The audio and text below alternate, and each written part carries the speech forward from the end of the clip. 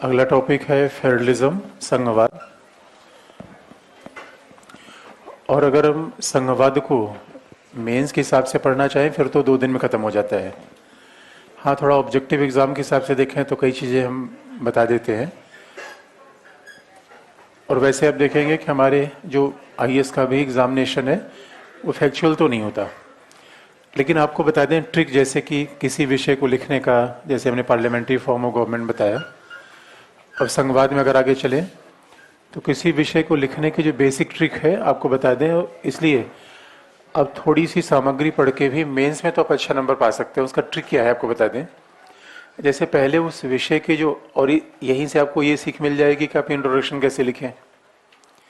जैसे कि कल हमने पार्लियामेंट्री फॉर्म ऑफ गवर्नमेंट का इंट्रोडक्शन बताया था, तो वैसे अगर अपने पार्लियामेंट्री फॉर्म ऑफ गवर्नमेंट का पूरा अध्याय पढ़ लिया तो आपको कीवर्ड पता चले कि पार्लियामेंट्री फॉर्म ऑफ गवर्नमेंट के कीवर्ड क्या है। आपने कभी कलेक्ट करने का प्रयास किया? तो आप हमेशा याद रखिए, अगर आपने पार्लियामेंट्री फॉर्म ऑफ गवर्नमेंट पढ़ा तो एक पेज के निकाल के रखिए, उसमें फिर पार्लियामेंट्री फॉर्म ऑफ गवर्नमेंट के कीवर्ड्स लिखिए। और आप कहेंगे कीवर्ड्स का कहाँ, तो जब भी आप कोई आंसर लिखते हैं तो उन कीवर्ड्स के संदर्भ में आंसर लिखा जाता है। पहला इंट्रोडक्शन देना है तो कीवर्ड आप दीजिए, और निष्कर्ष देना है तो वर्तमान से उसको जोड़ के लिख दीजिए। तो कीवर्ड्स आर वेरी इंपॉर्टेंट। यही आपको बताता है, इसलिए जब आंसर को हम लिखते हैं तो एग्जामिनर ये नहीं देखता कि आपने कितने भारी भरकम सेंटेंस का प्रयोग किया है, कैसे सेंटेंस का प्रयोग किया है, कितने उलझाऊ शब्दों का प्रयोग किया है। एग्जामिनर का उससे सरोकार नहीं होता, बल्कि एग्जामिनर मूलतः देखता है दिवस। एग्जामिनर का मूल सरोकार ये होता है कि आपने वो कीवर्ड्स यूज किया है नहीं किए हैं। तो लिखने में इसलिए हमेशा छोटे सेंटेंस लिखते हैं, सिंपल पैराग्राफ लिखते हैं, बहुत न तो लंबे सेंटेंस लिखते हैं, न बड़े बड़े वाक्य लिखते हैं, न उलझाऊ वाक्य लिखते हैं। उलझाऊ लोग वो लिखते हैं जिनको विषय पे कोई जानकारी नहीं है। तो आप भाषा, चूंकि आप लिटरेचर के स्टूडेंट आप नहीं है, तो भाषा के चक्कर में विषय को दबाने का प्रयास करेंगे तो कभी काम नहीं आएगा और बहुत खराब नंबर मिल जाएंगे। इसलिए बहुत सिंप्लिसिटी के साथ चीज़ों को लिखिए, लेकिन टर्म्स का यूज़ खूब करिए। अब मान लीजिए कि पार्लियामेंट्री फॉर्म ऑफ गवर्नमेंट के, अगर हम आगे बढ़ने से पहले हम आपसे ये पूछ ले कि पार्लियामेंट्री फॉर्म ऑफ गवर्नमेंट में अपने क्या कीवर्ड सीखे।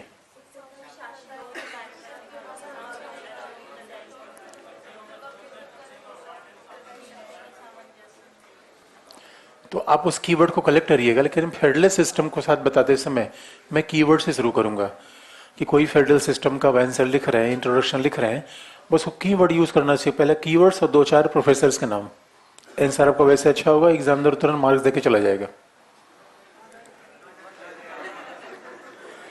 ये रियलिटी है। देखिए, यही सब फंडामेंटल प्रिंसिपल है जो आपको सीखना है।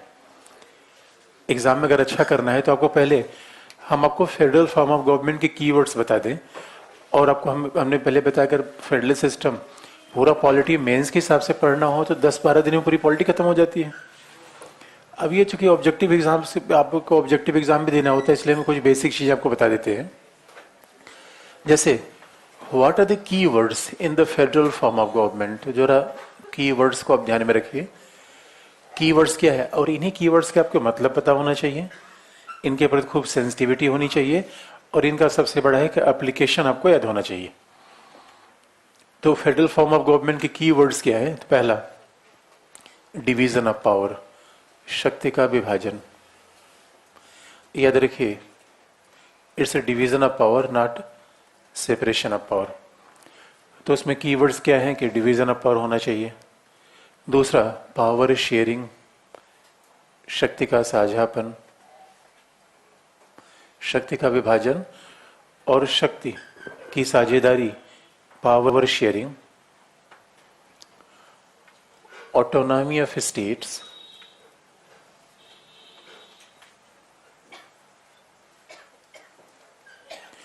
Autonomy of state, diversity,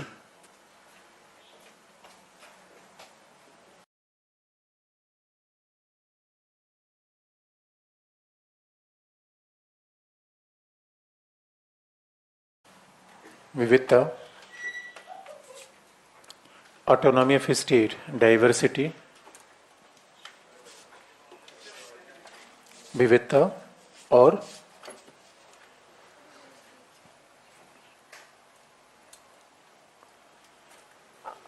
decentralisation, विकेंद्रीकरण,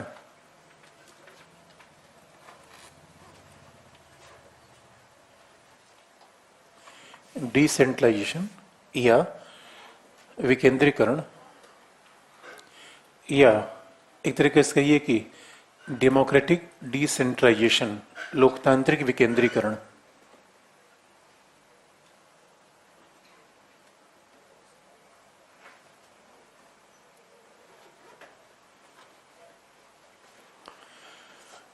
डेमोक्रेटिक डिसेंट्रलाइजेशन या लोकतांत्रिक विकेंद्रीकरण।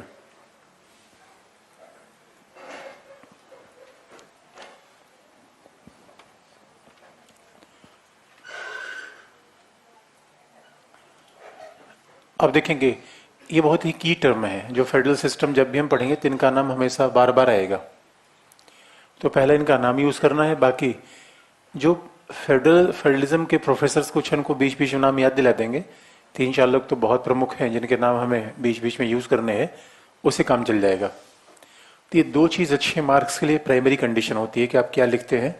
तो पहले आप टर्म्स यूज करना सीखिए, इसलिए आपको रियलिटी ये है कि मेंस में आप बहुत कम पढ़ के भी अच्छे मार्क्स पा सकते हैं, बहुत ज्यादा पढ़े खराब मार्क्स पा सकते हैं। इसलिए जो बार बार कहते हैं कि एग्जाम में, यूपीएससी के एग्जाम में तो स्ट्रेटजी होती है, तो आप बहुत मेहनत कर रहे हैं, वो काम पीटी में भी होता है, कई बार पीटी में अनावश्यक मेहनत कर रहे हैं, सही दिशा में प्रॉब्लम है। मेंस में सब कुछ पढ़ गए, कीवर्ड समय नहीं आते, रेफरेंस देना नहीं आता, तो मार्क्स आपको नहीं मिलेंगे। तो पहला कीवर्ड्स हम, और इन्हीं के एक कीवर्ड्स के मतलब हम देखने का प्रयास करेंगे, और पूरे सिलेबस में यही कीवर्ड्स हम डिफाइन करेंगे। तो ये कीवर्ड्स हैं, इनको हम पूरे सिलेबस में डिफाइन करेंगे, इकट्ठे डिफाइन नहीं करेंगे, क्योंकि आगे चल के इन्हीं को डिफाइन करना है। और जैसे कुछ और भी शब्द अगर आप देखना चाहें, जैसे फिजिकल फेडरलिज्म, राजकोषीय संघवाद,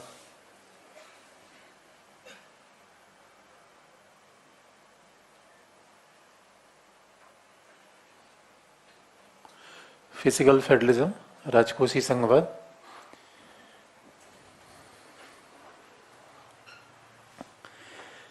या एक बाकी दो टर्म्स और आ जाएंगे, क्या करें, हाँ, कोऑपरेटिव फेडरलिज्म, एक और भी शब्द का प्रयोग करते हैं, सहकारी संघवाद या cooperative federalism.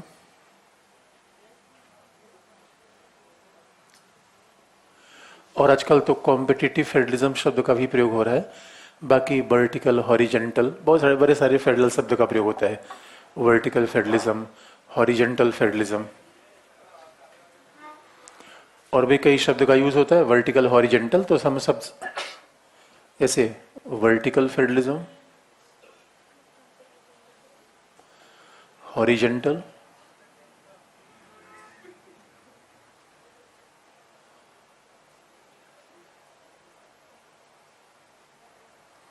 Vertical federalism, horizontal, क्षैतिज संघवाद, ऊर्ध्वाधर संघवाद, इन सारे शब्द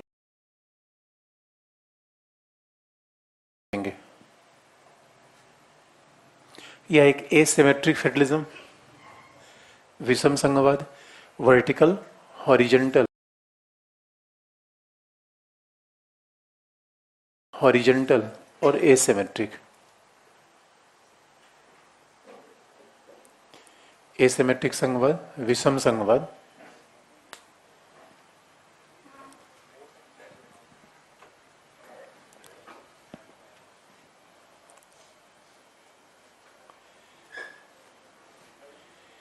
ये कीवर्ड्स होंगे, और इन्हें एक कीवर्ड्स को हम डिफाइन करने का प्रयास करेंगे थोड़े रेफरेंस के संदर्भ में। अब जरा देखिए, पहले हमको संघवाद की मूलभूत भावनाएं बता दें आपको कि संघवाद का मतलब क्या होता है, और फिर हम इन एक एक शब्दों को, अपने टर्म्स को लिख लिया है, तो हम आगे चल के एक को डिफाइन करने का प्रयास करेंगे कि what does it mean by these basic terms. तो अब जरा हम देखें, कुछ आपको की टर्म बता दें कि संघवाद के थोड़ा बेसिक डिफिनेशंस बताना शुरू करें, और उस बेसिक डिफिनेशन का प्रयोग कभी आपको लिखने में नहीं आएगा। जैसे बेसिक जो हम बताएंगे वो लिखने में नहीं आएगा, बस समझने की बात है। हाँ, कभी ऑब्जेक्टिव एग्जाम में हो सकता है वो चीजें पूछ ली जाए, मेंस में लिखते समय शब्द का प्रयोग होगा, उस संकल्पना का नहीं। तो अब जरा हम देखें कि आपको याद दिलाते हैं आखिर में संघीय शासन कैसे आया। आपको फिर याद दिला दें कि हमारे यहाँ डेमोक्रेटिक फॉर्म ऑफ गवर्नमेंट में दो प्रकार की शासन प्रणाली होती है। सामान्यतः डेमोक्रेटिक फॉर्म ऑफ गवर्नमेंट को हम दो तरीके से बांटते हैं। याद रखिए, ये डेमोक्रेटिक फॉर्म ऑफ गवर्नमेंट का क्लासिफिकेशन है तानाशाही शासन का नहीं, गैर लोकतांत्रिक शासन का नहीं, बल्कि हम जब लोकतांत्रिक शासन की बात करते हैं तो हम शासन को दो तरीके से बांट के रखते हैं। एक तो होता है पार्लियामेंट्री प्रेसिडेंशियल, दूसरा होता है यूनिटरी और फेडरल। तो लोकतांत्रिक शासन को क्लासिफिकेशन करने के दो तरीके हैं। अब सवाल होता है कि अब अगर देखा जाए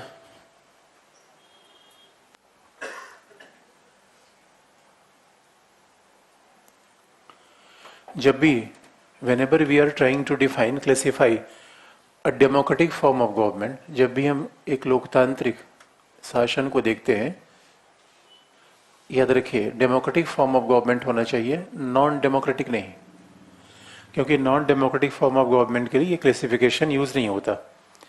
तो डेमोक्रेटिक फॉर्म ऑफ गवर्नमेंट में दो तरीके के शासन होते हैं। पहला हमने क्या पढ़ा अभी, पार्लियामेंट्री और प्रेसिडेंशियल।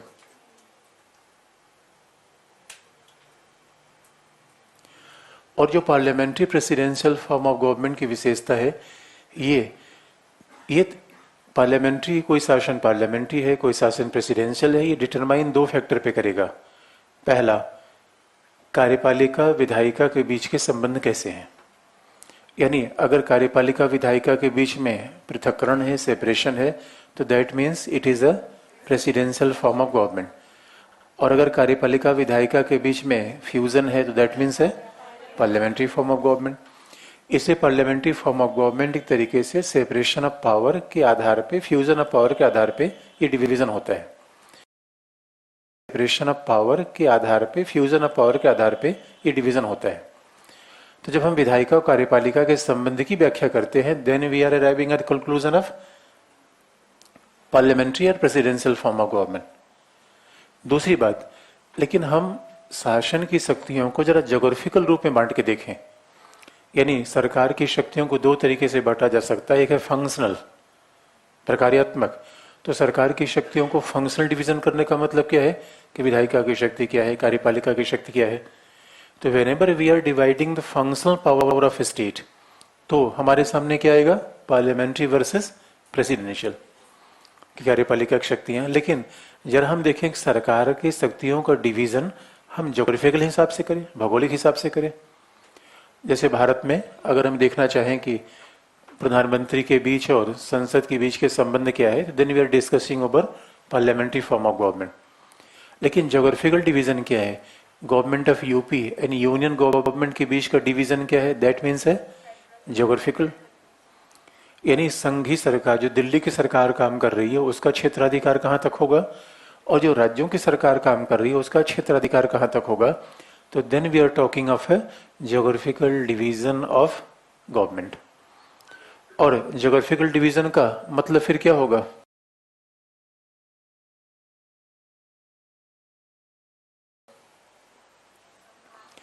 ज्योग्राफिकल डिवीजन का मतलब क्या होगा, यहां पे फिर होगा फेडरल फॉर्म ऑफ गवर्नमेंट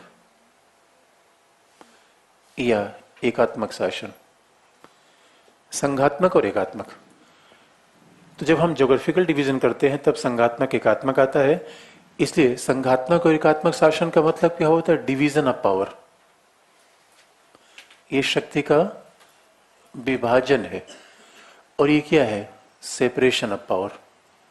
दोनों शब्दों में फर्क है, ये शक्ति का पृथक्करण है।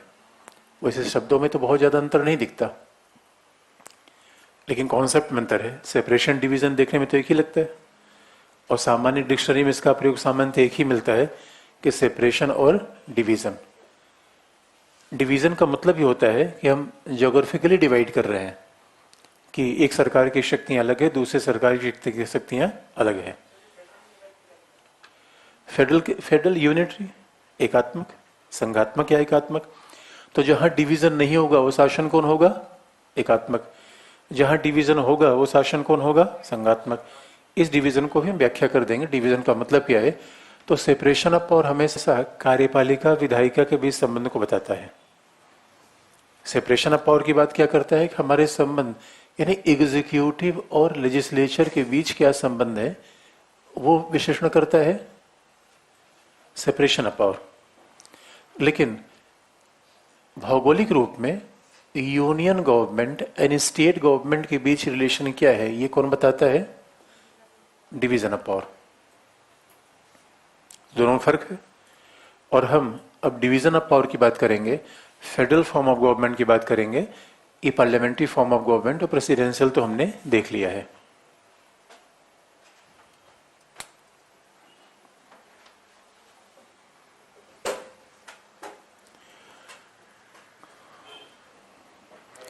अब जरा हम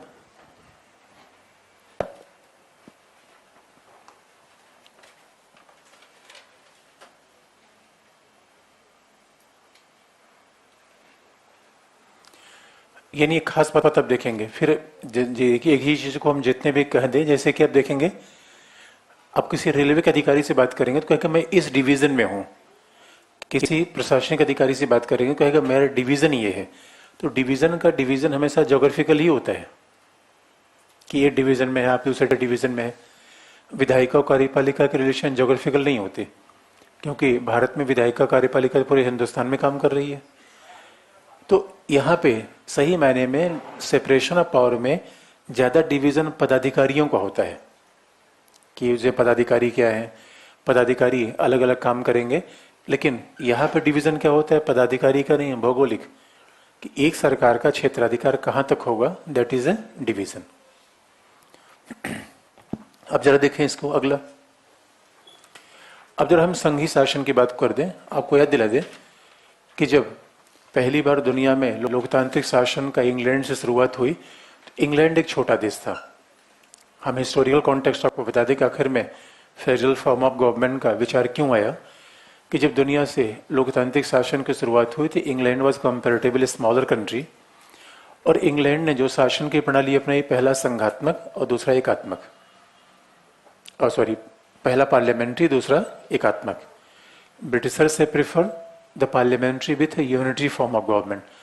आज की डेट में ब्रिटेन की आबादी 5 करोड़ है, आज की पॉपुलेशन है मैक्सिमम 7 करोड़, आप रख लीजिए 7 करोड़ अगर आज की पॉपुलेशन है, तो आप जरा सोच के 300 साल पहले ब्रिटेन की पॉपुलेशन कितनी रही होगी? 1 करोड़, मैक्सिमम 2, मैक्सिमम 1 करोड़ या 2 करोड़ के बीच में। अब जरा सोच के देखिए, 1 करोड़ और 2 करोड़ के बीच में अगर यहाँ पे पॉपुलेशन होगा, इसका मतलब है ज्योग्राफिकल एरिया स्मॉलर होगा। अब जरा सोच के देखिए, अब अगर आप ये कहें कि हम एक छोटा सा ज्योग्राफिकल एरिया है और शासन सत्ता के कई केंद्र बना देंगे, तो आप थोड़ा अटपटा लगेगा, हास्यास्पद लगेगा। रेलवे कोई डिवीजन होगा तो रेलवे का डिवीजन एक ही डिस्ट्रिक्ट में 3 डिवीजन होगा, ऐसा तो नहीं पाएगा, कई कई डिस्ट्रिक्ट मिला के एक डिवीजन बनता है। इसलिए ब्रिटिशर्स की आबादी छोटी थी, भूभाग छोटा था, इसलिए ब्रिटिशर्स ने शासन का एक ही केंद्र बनाया। They have preferred only one centre of power, शासन का एक केंद्र बनाया, और उस शासन के केंद्र को क्या कहा गया? एकात्मक शासन। एकात्मक शासन का कैपिटल एक होगा, शासन का केंद्र एक होगा, भाषा एक होगी, सेवाएं एक होगी, नागरिकता एक होगी। क्योंकि देश छोटा है, तो ऐसे देश में अपने आप याद रखिए, अगर किसी देश की ज्योग्राफी छोटी है तो उसमें सोशल डाइवर्सिटी के भी चांसेस कम होंगे। बहुत सिंपल सी बात है। Britain is equal to Haryana. अब जरा सोच के देखिए, अगर हरियाणा एक अलग संप्रभु राज्य रहा होता, हरियाणा एक अलग संप्रभु राज्य रहा होता, तो हरियाणा में एक भाषा है या 3 भाषा है? एक ही लैंग्वेज है। अच्छा, हरियाणा इतना बड़ा है कि क्या उसको शासन करने के लिए कई केंद्र होने चाहिए, एक ही केंद्र पर्याप्त है? एक ही केंद्र पर्याप्त है। तो जरा सोच के देखिए, दुनिया में जब ब्रिटेन ने एकात्मक शासन अपनाया, तो ये बात तो ठीक हो गई कि ब्रिटेन ने अपना लिया, डेमोक्रेटिक फॉर्म ऑफ गवर्नमेंट अपना लिया, और 90% ब्रिटिश पॉपुलेशन थी इंग्लिश स्पीकिंग। लेकिन जब अमेरिकन ने लोकतंत्र अपनाने की बात कही, जब अमेरिकी संविधान निर्माता लोकतंत्र का निर्माण करने बैठे, तो अमेरिका ने देखा कि भाई हमारी तो जनसंख्या ब्रिटेन जैसी नहीं है। अमेरिका की जनसंख्या ज्यादा थी, भूभाग बहुत ज्यादा था। अमेरिका में 7 टाइम जोन चलते हैं। ब्रिटेन में अगर आप कार लेकर आप निकलिए तो एक दिन में पूरा देश आप तय कर लेंगे। हरियाणा में अगर आप जाते रहे, इधर से आप जाइए शिमला की तरफ, 2 घंटे में हरियाणा पार हो जाता है। लेकिन अब जरा सोच के देखिए, अगर आप दिल्ली से असम जा रहे हैं पसीने छूट जाएंगे दोस्तों। कितने दिन में पहुंच पाएंगे कार से दिल्ली से असम?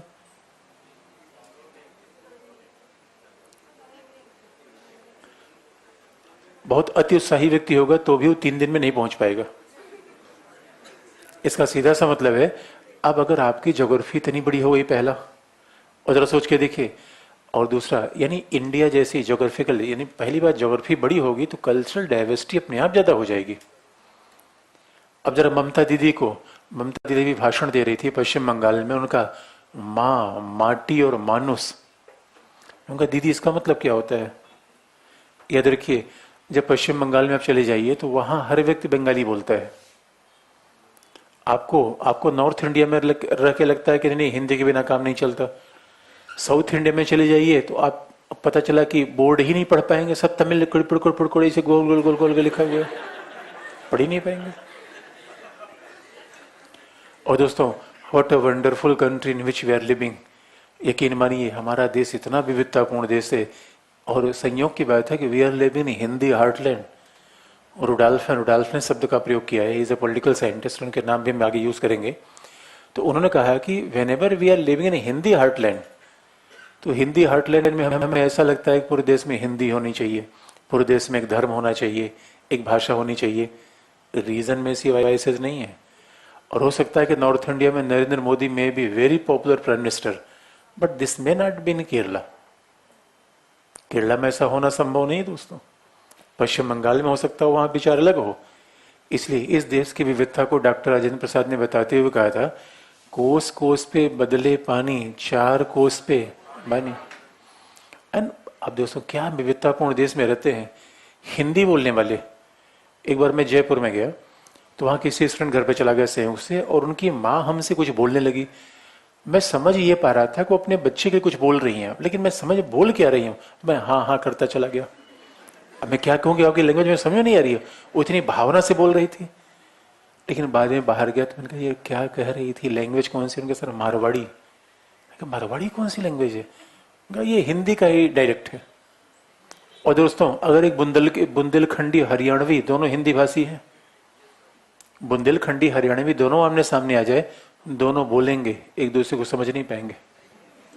और यकीन मानिए जब पहली बार मैंने शोले देखा था, आपने भी देखा वो शोरमा भोपाली, जब शोरमा भोपाली अजीब एक एक्सेंट से बोलता था कि मेरा नाम शोरमा भोपाली यूं ही थोड़े है, तो हम लोग लगता था यार ये कोई बोलने का तरीका होता है क्या।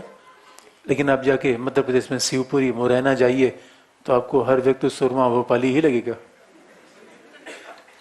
ये आपको बोलने का तरीका है, एक्सेंट ही बदल जाते हैं। मुंबई में मैं एक बार गया तो मैंने कहा मुझे प्याज चाहिए, उसने कहा प्याज ये क्या होता है? अब मैं कह ये चाहिए, मैंने दिखाया ये चाहिए। मैंने कहा इसको कांधा बोलते हैं। हमने कहा यार मुझे क्या पता कांधा बोलते हैं। दोस्तों ऐसा विविधतापूर्ण देश, ओ माय गॉड। अब जरा सोच के देखिए, ये इंग्लैंड है, ये अमेरिकन ने पहली समस्या देखी। वैसे अमेरिकन के आप देखेंगे, America is very diverse in terms of geography. आज की डेट में अमेरिका, लेकिन भाषा के रूप में अमेरिका में इंग्लिश ही चलती है। भाषा के रूप में उतनी बड़ी डाइवर्सिटी नहीं है, ज्योग्राफिकल डाइवर्सिटी है। इंडिया में तो याद रखिए दोस्तों, भाषा कितनी डाइवर्सिटी है। यूरोप के देशों कंपेरिजन करिए तो यूरोप में स्विट्जरलैंड में 4 भाषा का प्रयोग होता है, और स्विट्जरलैंड के लोग कहते हैं we are very diverse country, we are very diverse country. कहते कितनी भाषा का प्रयोग करते हैं? 4 में 4 डाइवर्स कंट्री हो। यहाँ पे 8वीं अनुसूची में कितनी भाषाएं हैं? और जरा सोच के देखिए दोस्तों, once I was travelling in train from Delhi to Mumbai, और मेरे सामने उड़िया फैमिली बैठ गई। उड़िया फैमिली जो मुझसे बात करता था तो हिंदी इंग्लिश में बात करता था, जो आपस में पति पत्नी बात करते पड़ मेरे अपने देश के लोग, लेकिन मैं उनकी भाषा समझ नहीं सकता, वो बोल क्या रहे हैं। इतना बड़ा डाइवर्स कंट्री है, इतना बड़ा, इतना विविधतापूर्ण देश है। इसका सीधा सा मतलब है, अब आप बताइए, सीधी सी बात है, हमारा समाज ही संघात्मक है। संघात्मक शब्द का मतलब हम कैसे, समाज के संघात्मक होने का मतलब क्या होता है? तो कुछ लिखना शुरू करिए, फिर और कॉन्सेप्ट आपको बताए। पहला पॉइंट, अब देखिए हम कैसे प्रोफेसर्स के रेफरेंस लेते हैं, और इन प्रोफेसर का रेफरेंस आपको हर जगह देना है। कोई भी संघवाद का सवाल आ जाए, खींच के इनको यूज ही करना है। टर्म्स यूज करना है, क्या नाम यूज करनी है, बाकी 2-3 पॉइंट उधर करके आप लगा दीजिए, आंसर हो जाएगा। तो पहला, professor Rashiduddin Khan. Professor, he is very much expert of federal studies from Jamia Millia university. तो प्रोफेसर रशीदुद्दीन खान।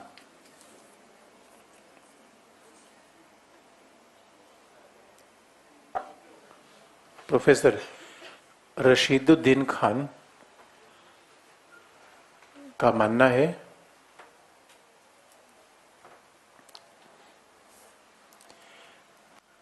अब ये क्लू मैंने बता दिया, ये इनका रेफरेंस हर जगह यहाँ पे यूज करेंगे। प्रोफेसर रशीदुद्दीन खान का मानना है कि भारतीय समाज ही संघात्मक है, Indian society is a federal.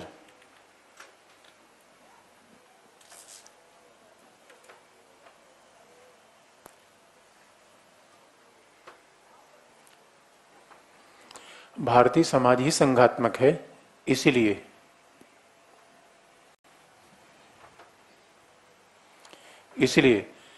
Bharat में संघात्मक शासन प्रणाली का प्रयोग किया गया।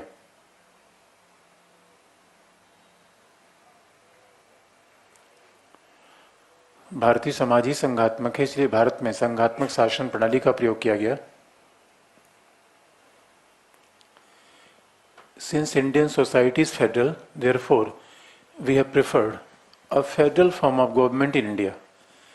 अब आप ये पूछेंगे कि यार समाज के संघात्मक का मतलब तो उन्होंने बताया नहीं, अभी बस आपको एक्सप्लेन कर देते हैं। और अगला, प्रोफेसर MP सिंह का मानना है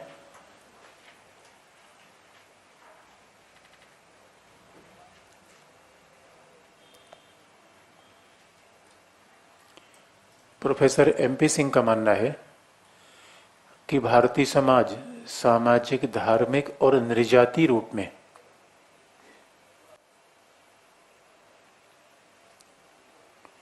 भारतीय समाज धार्मिक,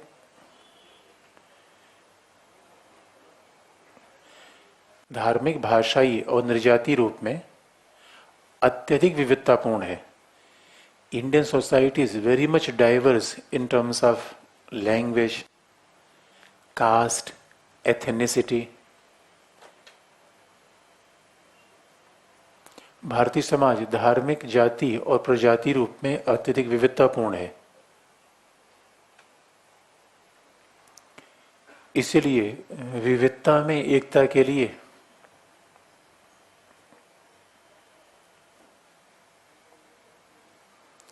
विविधता में एकता बनाने के लिए संघात्मक शासन का प्रयोग किया गया।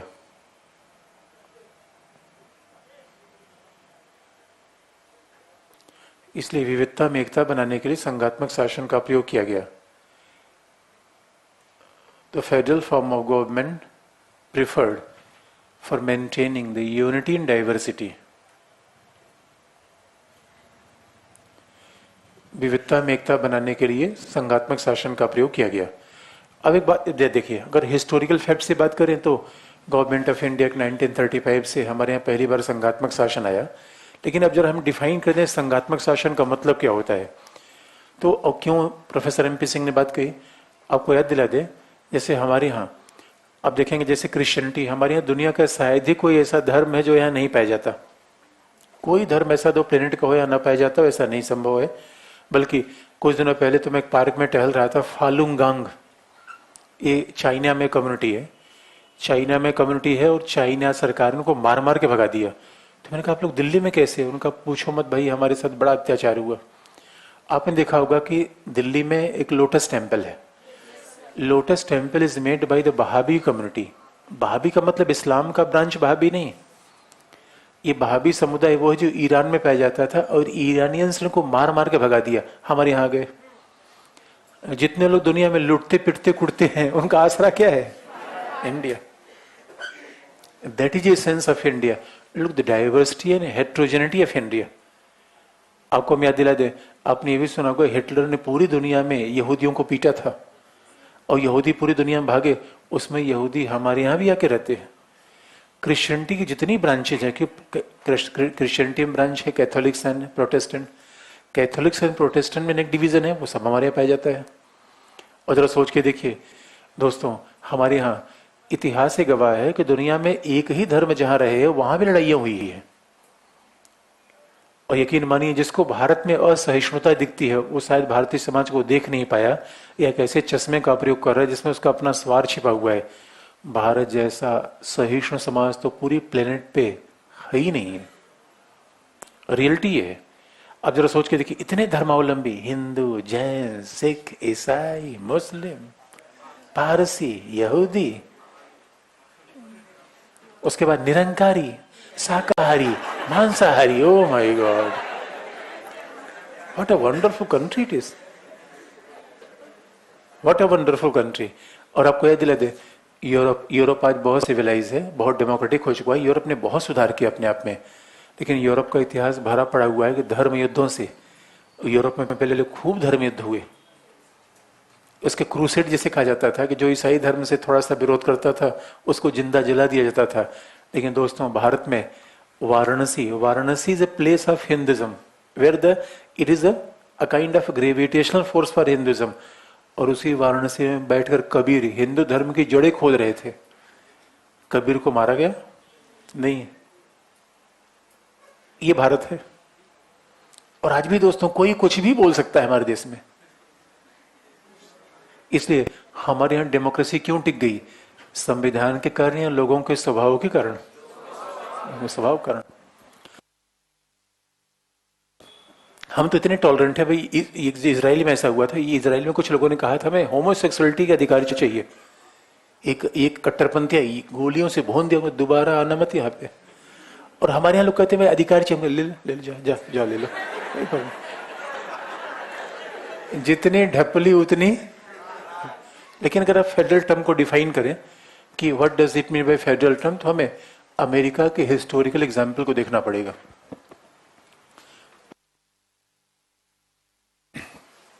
अगर हम संघात्मक शब्द को परिभाषित करें कि फेडरलिज्म का मतलब क्या है, और हमने क्यों कहा समाज संघात्मक है, समाज के संघात्मक होने का मतलब क्या है, शासन के संघात्मक होने का मतलब क्या है, तो हमें पहला एग्जाम्पल अमेरिका का लेना पड़ेगा, जहां पे पहली बार फेडरल फॉर्म ऑफ गवर्नमेंट का एक्सपेरिमेंट किया गया। और आज भी अमेरिका माना जाता है कि it's very classical form of government in terms of federal government, कि माना जाता है कि उससे अच्छा कोई मॉडल हमारे पास है नहीं। अब जरा देखिए अमेरिका में फेडरल फॉर्म ऑफ गवर्नमेंट कैसे बना। अमेरिका में पहले अनेक प्रोविंसेस थे, अनेक राज्य थे। Each and every state were independent, वो सारे इंडिपेंडेंट थे, सारे इंडिपेंडेंट थे। यानी अमेरिका का हिस्टोरिकल कॉन्टेक्स्ट आपको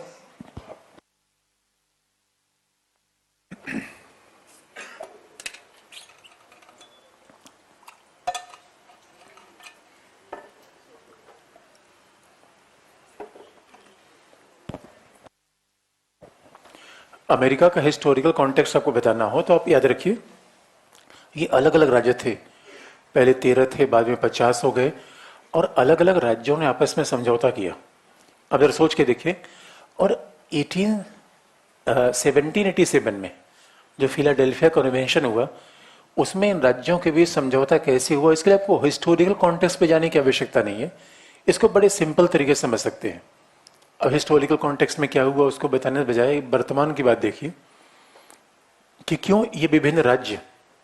अब जरा सोच के देखेंगे, राज्य केवल एक प्रशासनिक इकाई होती है, सांस्कृतिक इकाई भी होती है, सांस्कृतिक इकाई भी होती है। और सच पूछिए राज्य का मतलब क्या है? एक संगठित समाज।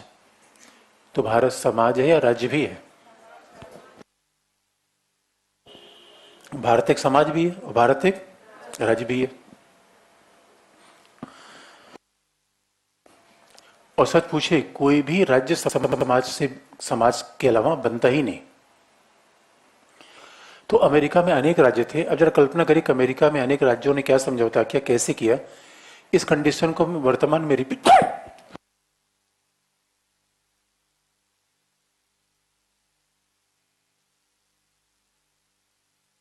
अगर इस कंडीशन को हम अमेरिका में रिपीट, इंडिया में रिपीट कर दें, तो मैं एक से आप सवाल पूछूं। जरा मान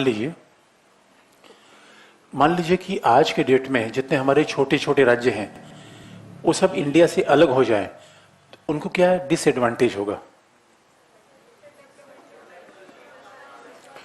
अच्छा, बात को दूसरे शब्दों में पूछा जाए, हमारा तो इस समय संघ 29 राज्यों से मिलकर बनता है, तो 29 राज्यों का आपस में साथ रहना अच्छा है या अलग अलग रहना अच्छा है? क्यों?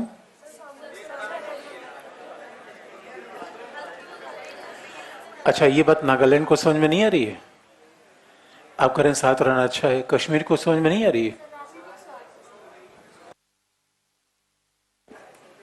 इसका सीधा सा मतलब है, याद रखिए, अगर हम अमेरिका के सीन को आज रिपीट करना चाहें, तो आज अगर हमारे 29 राज्य अलग अलग हो जाए तो समस्या क्या आएगी? एक तो 29 राज्यों को अपना डिफेंस रखना पड़ेगा, और 29 राज्यों का डिफेंस कहां मजबूत होगा?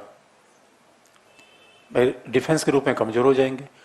अब जरा सोच के देखिए, रेल अगर हरियाणा में चलेगी तो कितनी बड़ी रेल होगी? एक बहुत ध्यान से आप देखिए, India is a very powerful state because of its unity. It's because India is a combination of states. तो राज्य यहाँ मिले हुए हैं तभी तो हमारी इकोनॉमी बड़ी है, सेना बड़ी है, सुरक्षा ठीक है। अब जरा सोच के देखिए, चीन ने भी डोकलाम के मुद्दे पर भूटान, यानी हमारे यहाँ अगर राज्य अलग अलग हो जाएंगे, सिक्किम हमसे अलग हो जाए तो इसकी हैसियत भूटान जैसी हो जाएगी।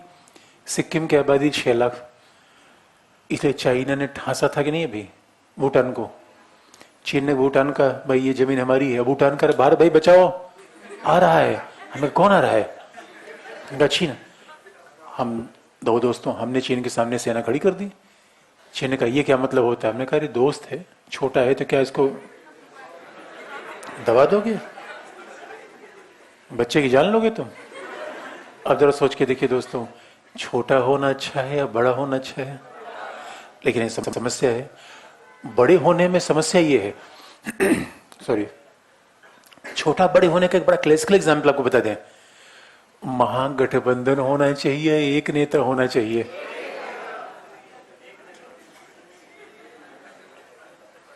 अब जरा सोच के देखिए, लेकिन अगर एक नेता होना चाहिए तो ये सारे महागठबंधन क्यों बन रहा है? अलग अलग लड़ेंगे तो सारे जाएंगे।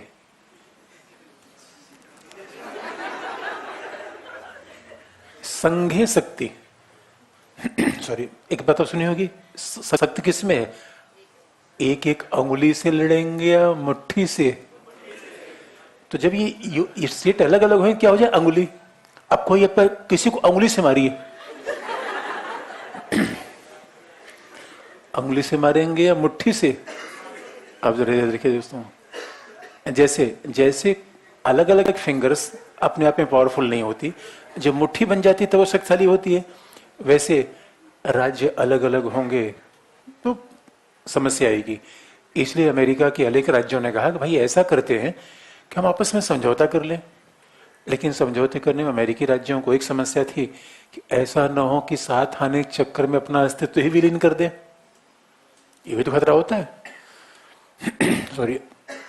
अब आपने कहा कि हम रूममेट के साथ मिलकर रहेंगे, साझेदारी करेंगे, लेकिन उसमें हो सकता है किसी व्यक्ति को ये भी खतरा हो कि अरे हम मिल जाए, पावरफुल व्यक्ति है और उसके चक्कर में हमें ही दबा दे। तो राज्यों को ये समस्या थी कि भाई ठीक है, हम अपने राज्य का समझौता तो कर लेंगे, लेकिन हमारा अस्तित्व तो सुरक्षित रहेगा, हमारी आइडेंटिटी बनी रहेगी, हमारी भाषा, हमारी शासन का सम्मान होगा, इसकी गारंटी क्या है? तो दोनों तरफ से समझौता हुआ। इसे याद रखिए, अमेरिका में पहले संघ नहीं था, पहले राज्य थे, और राज्यों ने आपस में क्या किया? समझौता। इनका आपस में क्या हुआ? कॉन्ट्रैक्ट हुआ, समझौता हुआ। और समझौता किस बात का? कि कुछ ऐसे काम जो सब राज्य मिलकर कर रहे हैं। अब सब राज्य मिलकर क्या कर रहे हैं? डिफेंस है, रक्षा है, बैंकिंग है, मुद्रा है, कम्युनिकेशन है, रेलवे है, ये सारे काम किसको ट्रांसफर कर दिए जाएंगे? एक सामान्य सरकार को, जिसे कहा गया संघीय सरकार, इंग्लिश में फेडरल गवर्नमेंट। तो जब आप देखेंगे फेडरल टर्म का, जो फेडरल टर्म का मतलब है वो है कॉन्ट्रैक्ट। संघवाद का जो एग्जैक्ट मतलब है, लैटिन टर्म, फेडरल शब्द लैटिन टर्म फोइडेस से मिलकर बना हुआ है, and foedus stands for a contract. इसलिए आप देखेंगे अमेरिका में राज्यों ने समझौता किया और समझौते से क्या बना दिया? संघ। अब सवाल है कि इसलिए ये समझौता राज्यों ने किया। तो जब समझौता राज्यों ने किया, संघ बनाया, तो पहले संघ बनाया, पहले राज्य थे? बनाने वाला ज्यादा महत्वपूर्ण होता है बनने वाला? तो प्राथमिकता राज्यों की होगी या संघ की होगी? इसका मतलब कि ये है कि राज्य जब चाहे संघ में शामिल हो, जब चाहे अलग हो जाए? नहीं। तो समझौते में दो चीज आई कि पहला सॉरी, एक एक राज्यों की स्वायत्ता बनी रहेगी, इनकी इंडिपेंडेंट आइडेंटिटी बनी रहेगी, और उसका उन्होंने सिस्टम बनाया कैसे एक एक राज्यों की स्वायत्त आइडेंटिटी बनी रहेगी। क्योंकि अमेरिकी संविधान माताओं ने कहा हर राज्य का अपना संविधान होगा। अमेरिका में 50 राज्यों के हर राज्य के अपने संविधान है। हमारे यहाँ तो जम्मू कश्मीर में संविधान, उसमें हाय तौबा मची हुई है। नागालैंड कह रहा है हमें भी अपना संविधान चाहिए, उससे बातचीत चल रही है। अमेरिका में 50 राज्यों के अपने संविधान है, 50 राज्य के गवर्नर हैं, सीधे जनता के द्वारा निर्वाचित होते हैं। यानी आप याद रखिए, राज्यों को पूर्ण ऑटोनॉमी दी गई है।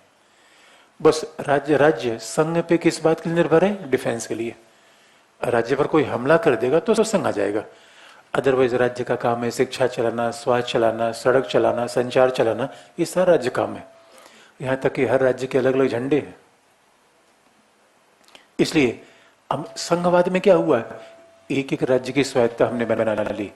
और आप याद रखिए, सच पूछिए, जहां भी समाज विविधतापूर्ण होगा, जहां भी समाज बहुलतावादी होगा, उस समाज को क्या कहेंगे? संघात्मक। क्योंकि संघात्मक का मतलब अनेक समूहों का समुच्चय। अमेरिका 50 राज्यों का संघ है, तो ये 50 राज्य हैं, 50 समुदाय हैं। ये राज्यों का संघ है, समाज का संघ है। इसलिए जब हम कहते हैं संघात्मक राज्य, जब संघात्मक राज्य क्या कहेंगे? संघात्मक राज्य कहेंगे, इसका मतलब जहां अनेक इकाइयां हों। जब हम संघात्मक समाज कहेंगे, जहां पे अनेक भाषा, जाति, धर्म के बोलने वाले लोग एक साथ रहे, तो उस समाज को क्या कहेंगे? संघात्मक समाज। भारतीय समाज संघात्मक है नहीं है? संघात्मक समाज है। स्विट्जरलैंड का समाज संघात्मक समाज है। इस वजह से जहां समाज संघात्मक होगा वहां पे राज्य संघात्मक हो सकता है। अब आप जरा सोच के देखिए, महागठबंधन को हम एक शब्द नहीं कह सकते, फेडरल कोलिशन। ये महागठबंधन है कि संघात्मक गठबंधन है? क्यों संघात्मक है? क्योंकि 36 लोग एक साथ आ रहे हैं, 42 लोग एक साथ आ रहे हैं। तो जब 42 लोग एक साथ मिलेंगे तो एक तरीके का ये फेडरल फ्रंट होगा। इसलिए फेडरल शब्द का सीधा सा मतलब है अनेक समूहों का मिलना। अब वो समूह समाज हो, वो समूह राज्य हो, ये डिपेंड करता है सिचुएशन टू सिचुएशन। लेकिन जब समझौता हुआ, ये बात तय कर दिया गया, यानी फेडरल शब्द बनाया गया समझौते से, और समझौता तय कर दिया गया कि राज्यों की स्वायत्ता बनाई रखी जाएगी, उनकी अलग पहचान होगी, लेकिन वो कभी संघ से अलग नहीं होंगे पहला। और संघ के द्वारा कभी भी राज्यों के नाम भूभाग में परिवर्तन करने का प्रयास नहीं किया जाएगा। संघ कभी भी राज्यों के आंतरिक मामले में हस्तक्षेप नहीं करेगा, क्योंकि दोनों समान हैं या दोनों नीचे और ऊपर हैं? अच्छा, अब आप बताइए, अब संघात्मक समाज का मतलब स्पष्ट हुआ। यानी ऐसा federal society means a society where various groups are living side by side, federal society. और संघात्मक समाज का मतलब है जहां अनेक राज्य आपस में मिलकर शासन करें और पावर शेयरिंग कर लें, वो शासन कौन सा होगा? संघात्मक। ये तो संघात्मक शासन का मतलब है। अब इस बात को और व्यवहारिक रूप में आपको बता दें, आप लोग पार्टनर के साथ रह रहे हैं या अकेले रह रहे हैं?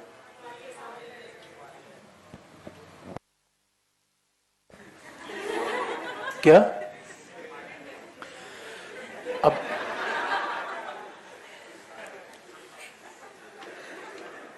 अब देखिए, दुनिया को देखने का दो तरीका है। कोई मिला नहीं, अब ढूंढ नहीं पाए। देखिए दोस्तों, अब बात दोनों कहने में फर्क हो जाता है। अब सवाल है, अगर आपने किसी पार्टनर, जो लोग पार्टनर के साथ हैं वो संघात्मक शासन में रह रहे हैं, अगर पार्टनर के साथ रहेंगे शेयरिंग करने की बात आएगी कि नहीं आएगी? और कुछ लोगों ने तो 5-5, 6-6 लोगों को मिलाकर पूरा फ्लैट रखा है। This is more federal partnership. अब ये अच्छी बात है कि 5-6 लोग मिल गए, पूरा फ्लैट रखा है और आराम से आपस में पढ़ रहे हैं। बजाय खोपचे में बंद होने से। और ये पे देख 5-6 लोग इकट्ठा रहेंगे, दूसरा हमला करने से डरेगा, तो 5-6 लोग झाड़ू बाल्टी मग लेके तैयार हो जाएंगे, कोई मजा ले जाए। इसे अदर के फेडरल सिस्टम में रहना ठीक है अकेले। अब जरा सोच के देखिए, आपका जो फैमिली है वो फेडरल है या यूनिटरी है? फैमिली फेडरल तब कहलाएगा जब परिवार में सबकी शक्तियां साझी हों, कोई दूसरे पर डोमिनेशन न करे। और हमेशा आप याद रखिए, जब भी फेडरल शासन बनाते हैं, अब मान लीजिए कि आपने कहा कि पार्टनरशिप फेडरल होगी और आपने पार्टनरशिप कर ली, लेकिन पार्टनरशिप में क्या एक पार्टनर को आप ज्यादा पावर देंगे? पार्टनर के आप अधीन रहना चाहेंगे या समकक्ष रहना चाहेंगे? तो फेडरल गवर्नमेंट में कोलिशन भी होगा, साथ साथ रहने की बात होगी, अधीनता नहीं, सबऑर्डिनेशन नहीं, इक्वलिटी। इसलिए पार्टनर के साथ रहना ठीक है, लेकिन पार्टनर का बार बार ठांसना ठीक नहीं है। और याद रखिए, आजकल परिवार बिखरने का मूल कारण क्या है? परिवार फेडरल नहीं है, बात बात पे ताऊ ठास देता है, ऐसे करो ऐसे करो, बहू सास को शक्तियां ट्रांसफर नहीं कर रही है। इसलिए जमाना किसका है? डिवीजन ऑफ पावर का या कंसंट्रेशन ऑफ पावर का? डिसेंट्रलाइजेशन ऑफ पावर का या फ्यूजन ऑफ पावर का? इसे याद रखिए, परिवार को ठीक करना है तो शक्तियों को डिसेंट्रलाइज करिए। हस्बैंड डिसेंट्रलाइज करने की तैयारी नहीं होता, तो हम सब करेंगे, पैसा भी हम रखेंगे, लड़ाई भी हम करेंगे, तो कुछ नहीं कर पाओगे। अरे कुछ तो ट्रांसफर करो। इसलिए बात सीधी है, आप याद रखिए दोस्तों। और आजकल पति पत्नी के बीच झगड़े का मूल कारण क्या है? डिसेंट्रलाइजेशन पावर का नहीं है। सास बहू के बीच झगड़े का मूल कारण है, उसने पॉलिटी नहीं पढ़ी है। काश संघात्मक शासन का विचार पढ़ा होता। अरे भाई, बहू को घर की शक्तियां, चाबी सासू माँ क्या है, चाबी यहाँ खोस कर रखी हुई है। अब हर बात पे बहू मांगती है, चाबी दो, अरे उसको दे दो यार, तुम बाहर वाला काम देखो। लेकिन ना, इसे याद रखिए दोस्तों। अब ये स्पष्ट है संघात्मक शासन का मतलब क्या है? अगला पॉइंट,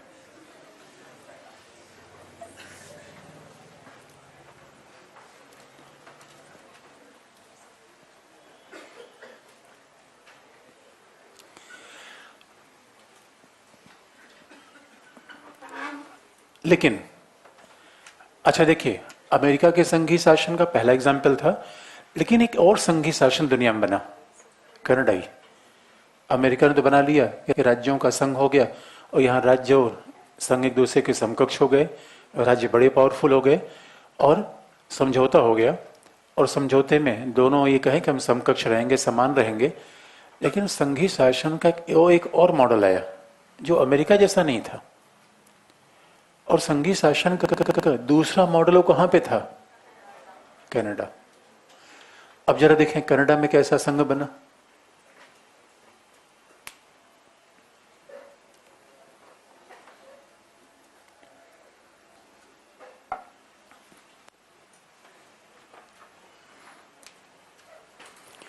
अब हम देखें कनाडा में संघ कैसे बना। कनाडा में संघ राज्यों के समझौते का परिणाम नहीं है, संघ राज्यों के समझौते का परिणाम नहीं है। इसीलिए कनाडाई संघ को क्या कहा जाता है? Unionist model of federation. संघ का यूनियनवादी model, unionist model of federation.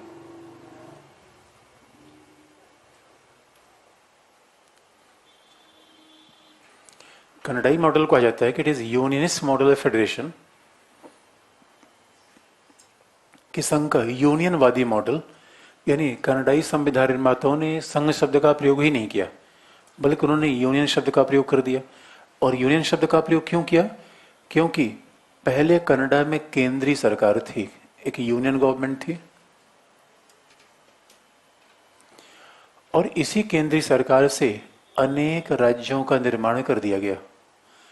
आप राज्यों को यूनिट्स कह लीजिए, प्रोविंस कहिए, स्टेट कहिए, आपकी मर्जी है। राज्य कहिए, प्रांत कहिए, इकाइयां कहिए, ये आपकी मर्जी है। यानी आप देखेंगे कनाडा में पहले ब्रिटिशर्स का शासन था, तो ब्रिटिशर्स ने क्या किया? एक ही यूनियन गवर्नमेंट से अनेक इकाइयों का निर्माण कर दिया। लेकिन ये बात आपको याद दिला दें, अनेक इकाइयों का निर्माण किया गया, इन इकाइयों को स्वायत्त शक्ति दी गई। ये यूनियन पे निर्भर नहीं थी, बल्कि देवर कोऑर्डिनेट, वो समकक्ष थी। आप याद, ये समकक्ष थी, इसका मतलब है अब अमेरिका में अगर आप देखेंगे तो राज्यों ने संघ बनाया, यहां संघ से राज्य निकला, अंतर हो गया। इसके बावजूद आप देखेंगे कि कनाडाइयों ने इसलिए यूनियन शब्द का प्रयोग किया, संघ शब्द का प्रयोग क्यों नहीं किया।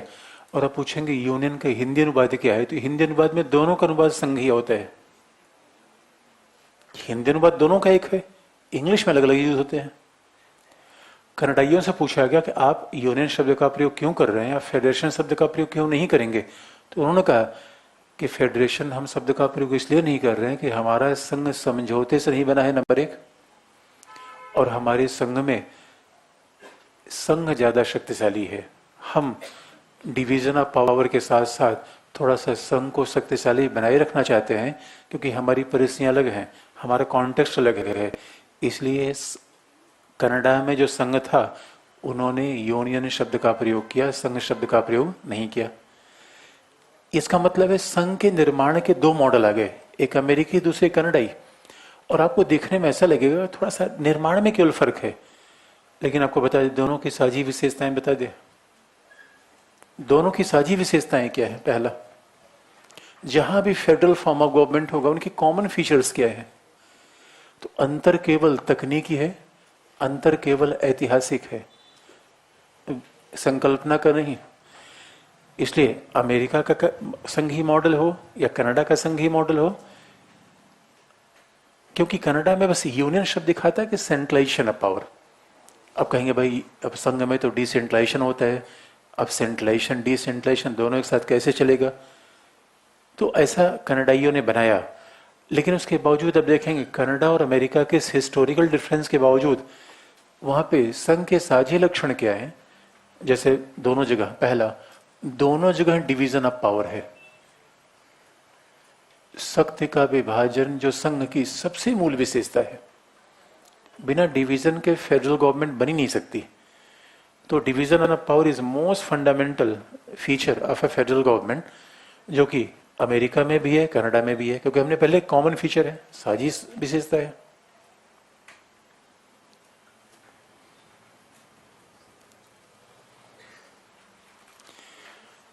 डिवीजन ऑफ पावर, अच्छा आप याद रखिए एक ही शब्द को हम तीन तरीके से लिख सकते हैं।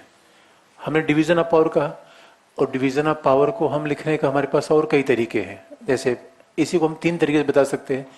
यही फर्क होता है रटने और समझने में। और प्रीलिम्स एग्जाम में, इसलिए मैंने कहा कि प्रीलिम्स एग्जाम में भी अगर आप समझ के नहीं पढ़ रहे हैं तो आईएएस में आप प्रॉब्लम में आ जाएंगे। हमने कहा डिवीजन ऑफ पावर, इसी बात को लिखने के तीन तरीका है। इसका पहला मतलब क्या होता है, पहला,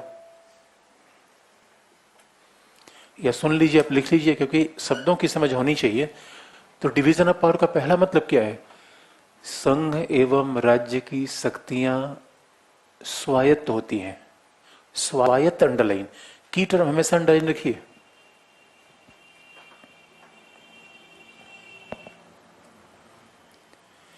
even powers of union and state और ऑटोनॉमस, ऑटोनॉमस अंडरलाइन। संघ एवं राज्य की शक्तियां स्वायत्त होती हैं। अब जरा सोच के देखिए, अब संघ और राज्य की शक्तियां स्वायत्त होती हैं। जैसे दो पार्टनर एक साथ रह रहे हैं, दो पार्टनर रह रहे हैं, समझौता कर लिया, कॉन्ट्रैक्ट कर लिया कि हम एक साथ रहेंगे क्योंकि किराया। तो पार्टनर, जो पार्टनर आपके साथ रह रहा है आप पे निर्भर है या आप पे ऑटोनॉमस है। उसकी बुक अलग है, उसका बेड अलग है, उसका एटीएम अलग है, उसकी बाल्टी अलग है, उसका टॉवेल अलग है। हो सकता है कुछ चीजें कॉमन हो गई हो।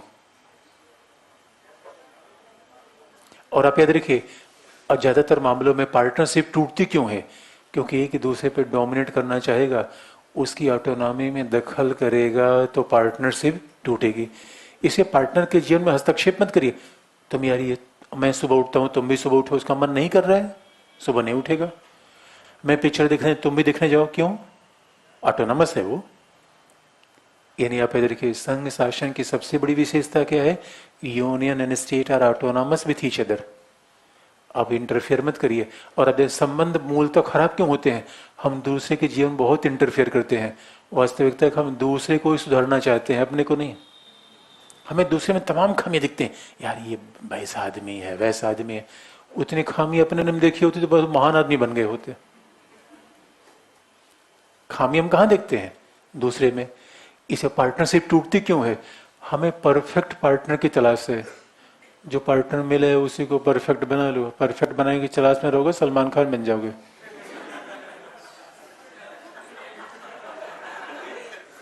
परफेक्ट पार्टनर तलाश में है। और हम ऐसा नहीं सकते, पार्टनर में 20 खामियां दिखेंगे, ऐसा नहीं है, वैसा नहीं है, वैसा नहीं है। अरे तुम पहले अपने अंदर झांक के देखो, तुम कैसे हो? जीवन में महान बनने का रास्ता ये है। दूसरे कमी देखेंगे, अपनी कमी देखेंगे, अपनी कमी। और इसलिए अंदर झांक के देखिए। अब हमने बता दिया, देखिए ना देखिए मतलब काम है। इसलिए ऑटोनॉमी का मतलब, इसका मतलब है ऑटोनॉमी कैसे है? अच्छा, ऑटोनॉमी कैसे है? अगला पॉइंट, अगला, संघ और राज्य में या संघीय शासन में, संघीय शासन में संघ और राज्य एक दूसरे के समकक्ष होते हैं। समकक्ष अंडरलाइन, ये की टर्म हो गया। Union and state are coordinate with each other.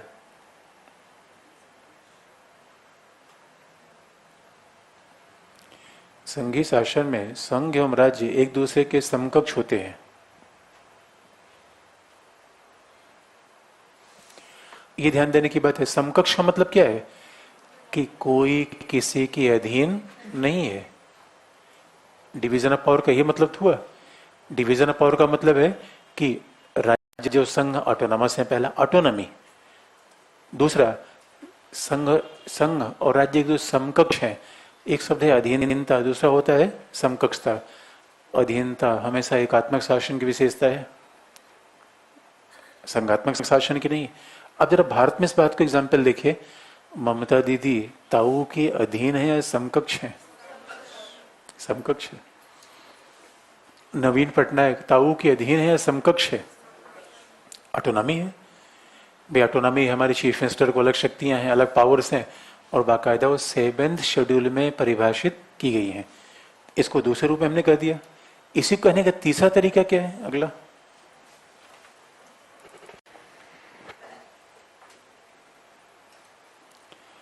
संघ एवं राज्य।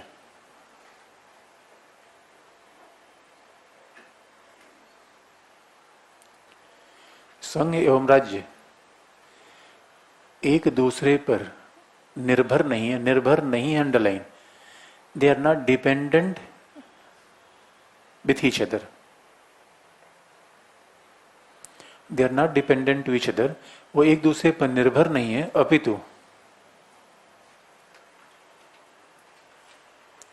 अपितु संघ और राज्य दोनों को, संघ राज्य दोनों को स्वायत्त शक्तियां संविधान से प्राप्त होती हैं। Both union and the state are drawing their autonomous powers from the constitution. Autonomous power underline, संघ राज्यों दोनों को स्वायत्त शक्तियां, स्वायत्त शक्ति अंडरलाइन, स्वायत्त शक्तियां संविधान से प्राप्त होती हैं।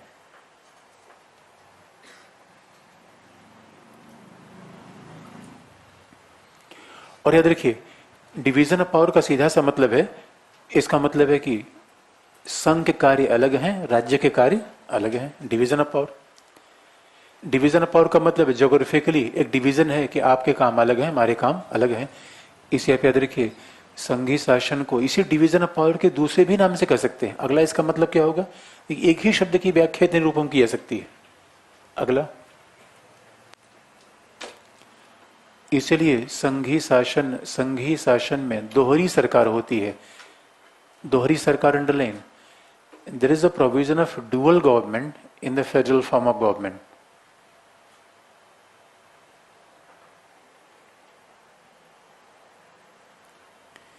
संघीय शासन में दोहरी सरकार होती है।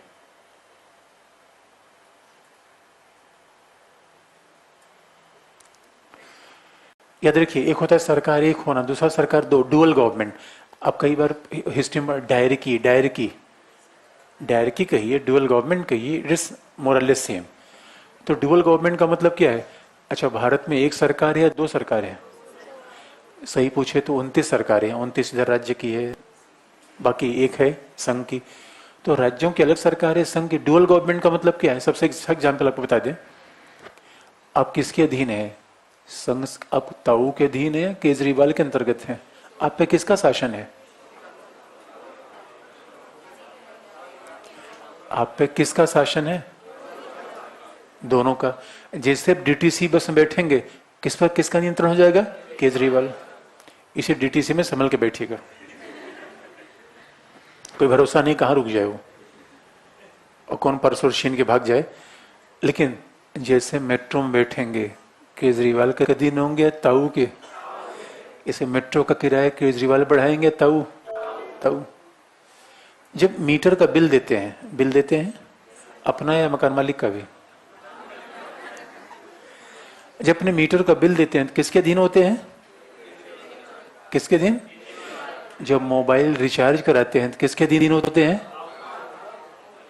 यार ये बताइए, हमारे समस्या का यही तो कारण नहीं क्या? दो दो लोग हमारे ऊपर सवार हैं, फिर भी उनको मैनेज करते जा रहे हैं। दो दो लोग हमारे ऊपर सवार हैं, दो लोग हमारी सेवा के लिए बने हुए हैं, उसके बावजूद हमारा ये हाल है। ये इंटरेस्टिंग है। इसलिए संघी शासन का मतलब क्या होता है?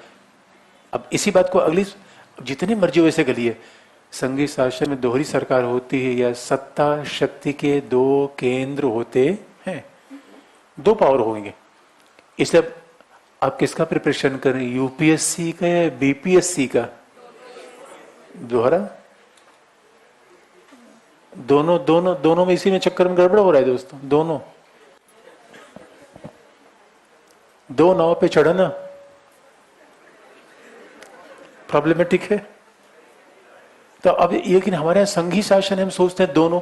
और खास बात है, जैसे आप कभी एमपी जाइए, एमपी में जैसे आप रेलवे स्टेशन में टहल रहे हैं, सीआरपीएफ है, आरपीएफ है, और जैसे रेलवे स्टेशन के बाहर है मध्य प्रदेश में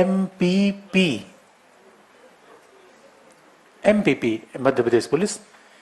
इस याद रखे दोस्तों, हमारे यहाँ दोहरी सरकार है क्योंकि हम संघात्मक शासन वाले देश हैं। अदरवाइज आप इंग्लैंड में जाएंगे, पुलिस एक है, राजधानी एक है। हमारी एक राजधानी है या दो राजधानियां हैं? एक तरफ 29 राज्य, 29 का मतलब एक राज्यों की राजधानी, दूसरा संघ की राजधानी। एक राज्यों की पुलिस, दूसरा संघ की पुलिस। राज्य बस चलाता है, संघ रेल चलाता है। संघ रेल चलाएगा। ये दोहरी सरकार है या नहीं है? ये दोहरी सरकार या पावर शेयरिंग है? इसी बात को अगर लिखिए।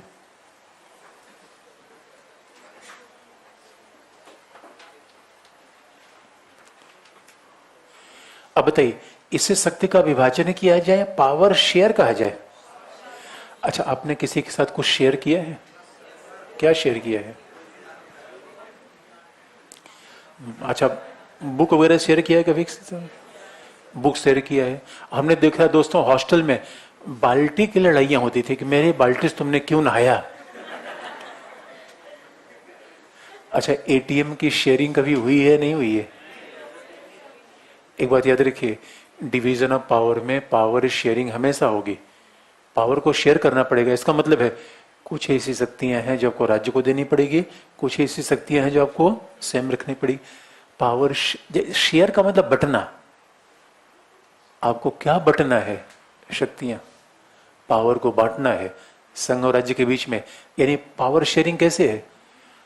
चीन पे हमला करने की जिम्मेदारी उत्तर प्रदेश की है, भारतीय सरकार की है। पावर शेयर है।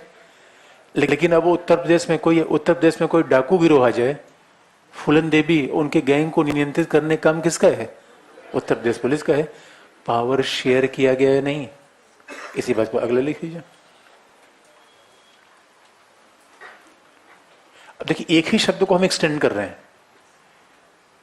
अब यही तो आपके विश्लेषण की क्षमता है कि आप हर चीज को एक शब्द में बदल दीजिए, एक शब्द का विस्तार करके अनेक कर दीजिए। तो अगला पॉइंट, इसी को हम विश्लेषण कहते हैं। जब आप बार बार ये पूछते हैं, हम कहते हैं कि पढ़ाई विश्लेषणात्मक होनी चाहिए, एनालिटिकल होनी चाहिए। एनालिटिकल का ये मतलब होता है, रट्टू तोता नहीं। और कई बार हम देखे, कई बार स्टूडेंट को देखते हैं, एसोसिएट लर्निंग करिए, इत्मीनान से पढ़िए, इंटरेस्ट लेके के पढ़िए। अब पता चला बैठकर सुबह से बैठे फैक्ट रटने पर अंडरलाइन हरा हरा ला ला ला ला, अगले दिन फिर भूल गए। कई बार मैं कहीं इंस्टीट्यूट में जाता हूँ तो सीढ़ियों पर बच्चे इतने तल्लीनता से पढ़ते हैं, पता नहीं मेरे कहने का प्रभाव कि आजकल बच्चे सीढ़ियों पढ़ते हुए दिखते नहीं मुझे। अब लाल पेन लेके उसी पर रटे जा रहे हैं, रटे जा रगड़े। अरे दिमाग लगा के पढ़ो यार, कोलू के बैल की तरह पढ़े वैसे आग लगा के, ऐसे थोड़ी पढ़ाई होती है। चाय पीते रहिए, पढ़ते रहिए। कोई देख रहा है चाय पी रहे हैं, हम पढ़ रहे हैं। लिखने की बात, लिखने की बात, शक्ति का विभाजन,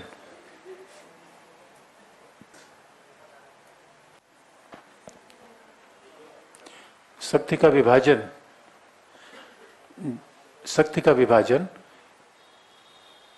शक्ति साझेदारी के विचार को आगे बढ़ाता है। शक्ति साझेदारी underline, division of power leads to sharing of power.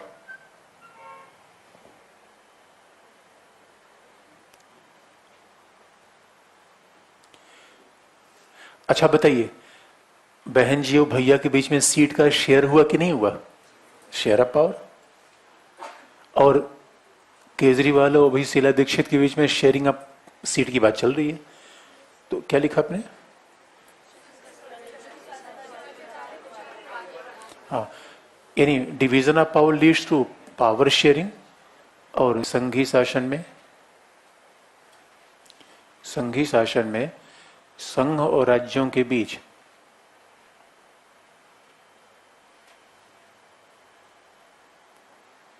संघी शासन में संघ और राज्यों के बीच शक्ति की साझेदारी निर्मित होती है।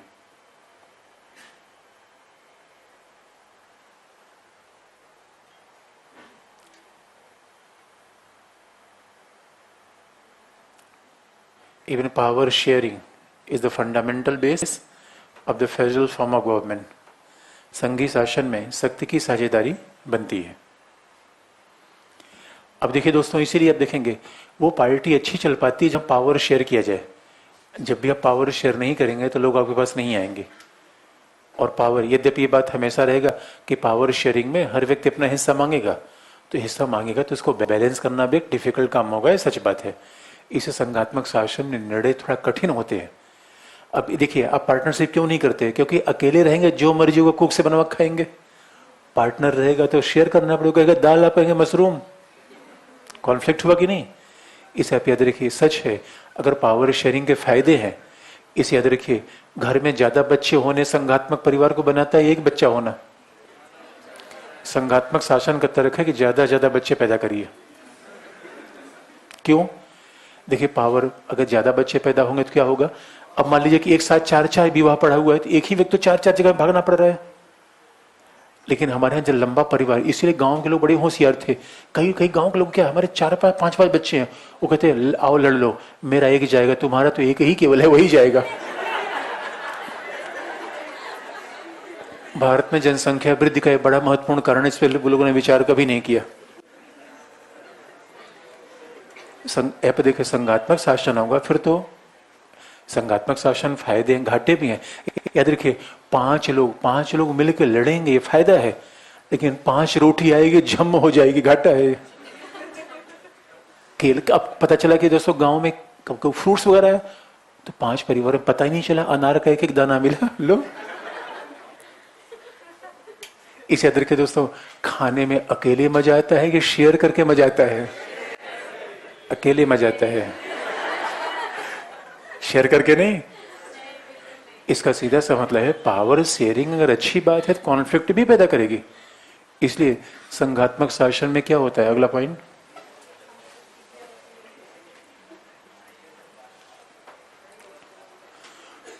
अगला, शक्ति की साझेदारी।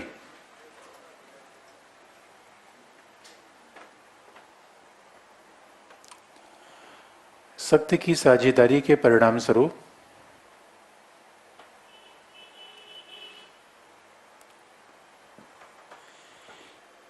इकाइयों और संघ राज्यों के बीच सत्य की साझेदारी के परिणाम स्वरूप इकाइयों और संघ राज्यों के बीच एसी चला संघर्ष की संभावना भी विद्यमान होती है. There is a probability of conflict between union and the state and various state.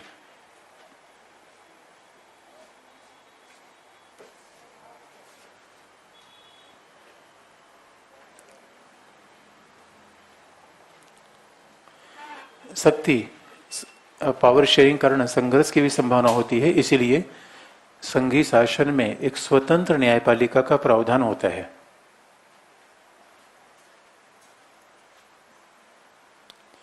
Therefore, an independent judiciary is also required in the federal form of government.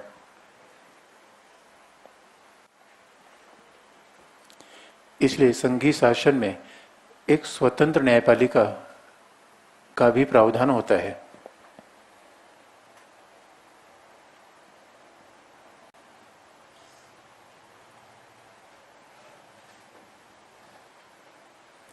इसलिए संघीय शासन में एक स्वतंत्र न्यायपालिका का भी प्रावधान होता है.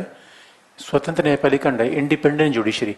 इसलिए आप देखेंगे संघीय शासन की मूल विशेषता क्या है? Division of power and independent judiciary. और तीसरा रिटन कॉन्स्टिट्यूशन,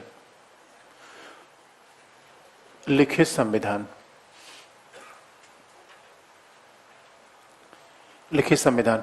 उसके अलावा देखेंगे चौथी विशेषता अगर आप देख लें तो उसमें जितने भी संघीय शासन है उसमें एक व्यवस्था होती है कि अपर हाउस होगा. जैसे हमारे राज्यसभा है. जितने भी दुनिया में संघीय शासन है, यद्यपि कोई ऐसा भी एकात्मक देश हो सकता है जिसमें राज्यसभा हो, लेकिन संघीय शासन में राज्यसभा का होना बड़ा जरूरी होता है. That is essential.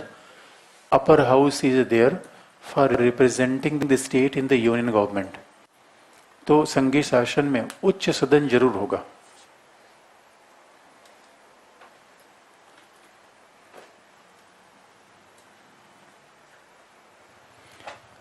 जहां जहां संघीय शासन होगा वहां एक उच्च सदन होगा जो संघ शासन में राज्यों के रिप्रेजेंटेशन को सुनिश्चित करेगा.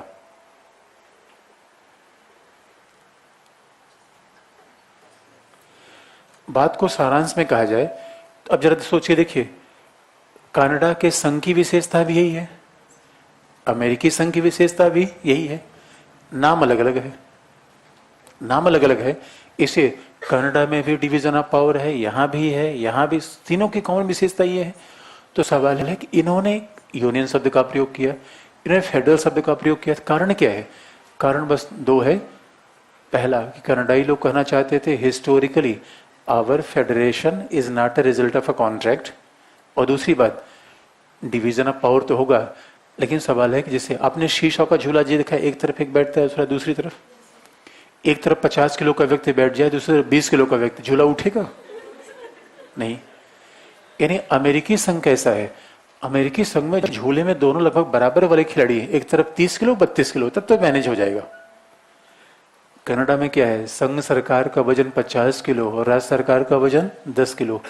इसलिए आप देखेंगे, और भारत ने कहां से प्रेफर किया मॉडल? इसलिए कनाडा में union government is more powerful. इसलिए भारतीय संविधान निर्माताओं ने कनाडा से इसी बात सीखी और भारत ने कनाडा से चीजों को बारो किया. हमारे यहाँ संघ सरकार को ज्यादा पावरफुल बनाया गया है, लेकिन और हमारे भी संघीय संविधान की विशेषता क्या है? यही. लेकिन हमारे संविधान में संघ शब्द का प्रयोग नहीं किया गया है. जैसे हमारे संविधान में कहीं पार्लियामेंट्री फॉर्म ऑफ गवर्नमेंट शब्द का प्रयोग नहीं है, लेकिन शासन की जो विशेषताएं दी गई हैं उसके नाम पर हम क्या कहते हैं? Parliamentary form of government. तो शब्द का प्रयोग नहीं है. इसलिए ये कहा जाता है these are the common features of federal form of government. अब जरा देखें, ये बेसिक बातें हैं, ये बेसिक बातें हैं. इसलिए हमने यूनियनिस्ट मॉडल क्यों अपनाया? हमने यूनियनिस्ट मॉडल क्यों अपनाया? उसके बहुत सारे कारण थे. तो अगला हेडिंग.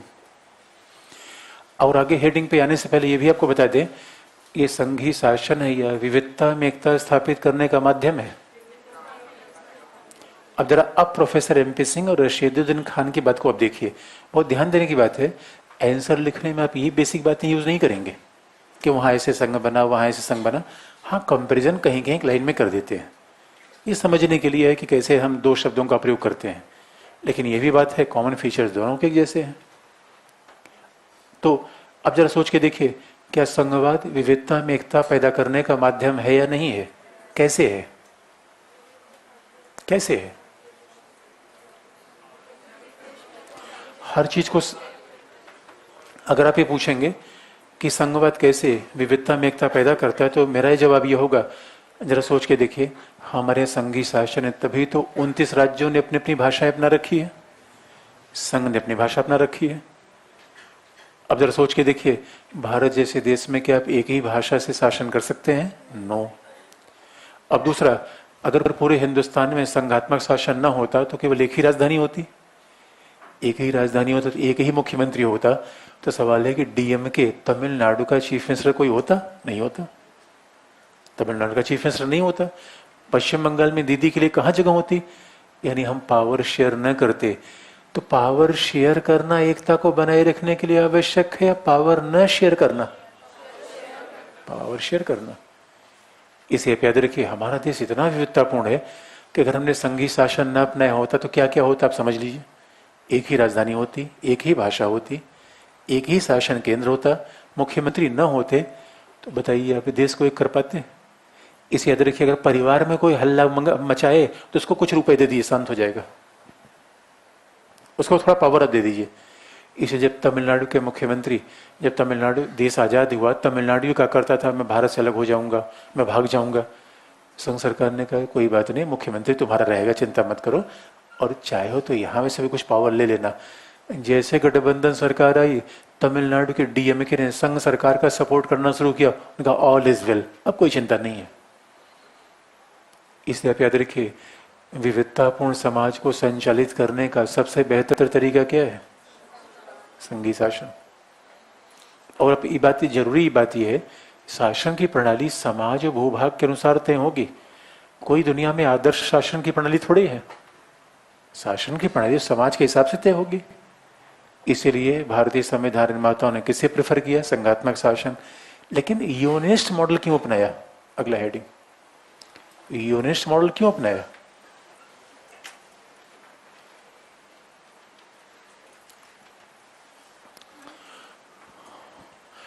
अगला हेडिंग है भारतीय संघ में यूनियनवादी। अच्छा, यहां तक कोई बात पूछना हो तो आप जरूर पूछ लीजिए, यहां तक अगर कोई बात समझ में ना आई हो तो। हम कोशिश करते हैं, कई बार हो सकता है कि आप तक बात न पहुंच पाए, तो संभव है तो कभी भी कोई बात हम बताएं उसमें कहीं कंफ्यूजन हो तुरंत पूछ लेना चाहिए, उसमें कभी संकोच नहीं करना चाहिए। आगे की बात पूछना हो थोड़ा रुक जाइए।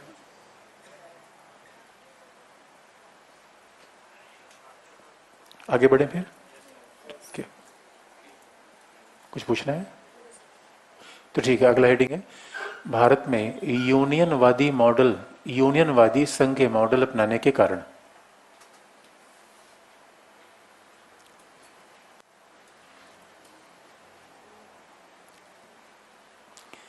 यूनियनवादी संघ के मॉडल अपनाने के कारण, या ब्रैकेट में भारतीय संघ में केंद्रीकरण की प्रवृत्तियां, आपके सिलेबस में इसी शब्द का प्रयोग किया गया है, टेंडेंसी ऑफ सेंट्रलाइजेशन। भारतीय संघ में यूनियनवादी मॉडल अपनाने के कारण या केंद्रीकरण की प्रवृत्तियां।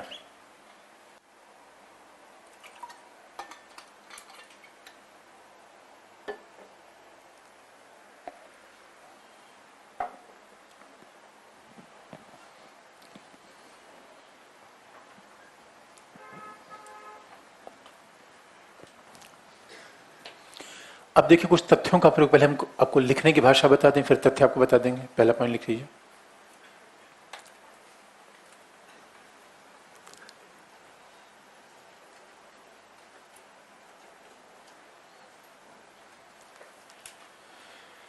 एलेक्जेंड्रोविच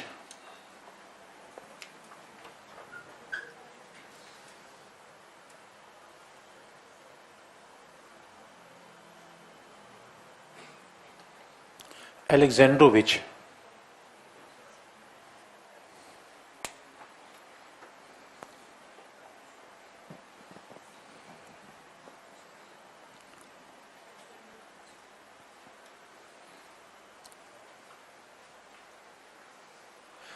अच्छा, अलेक्जेंड्रोविच ने क्या कहा, इसका थोड़ा एक्सप्लेनेशन आपको बताते हैं, ऐसा क्यों किया गया, अमेरिका से भारत में कहाँ फर्क है और क्यों हमने यूनियनवादी मॉडल अपनाया, उसका कारण बता दें।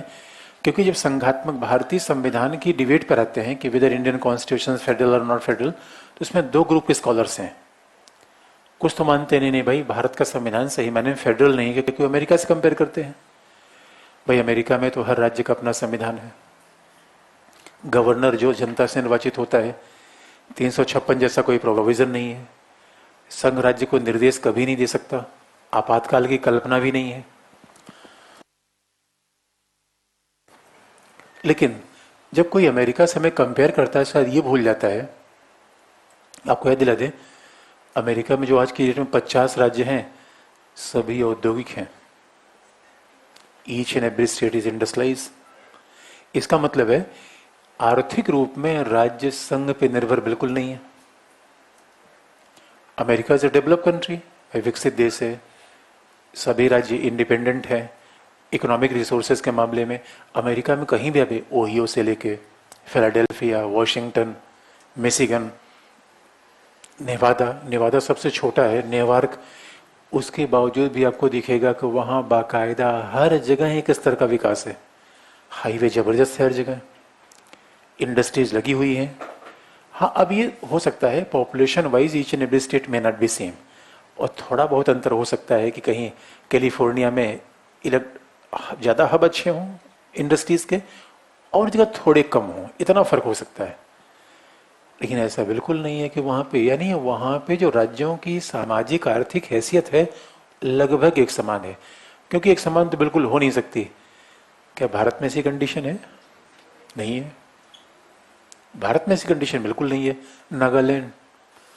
नागालैंड के पास क्या है जो अपना खाएगा? नागालैंड को पूरा सेंट्रल गवर्नमेंट पैसा पंप कर रहा है। नागालैंड का जो 100 रुपये खर्च होता है, 90 रुपये संघ सरकार देती है। अब जरा भारत कंडीशन को आप लीजिए, तो अमेरिका का मॉडल हम भारत में कैसे अपना सकते हैं?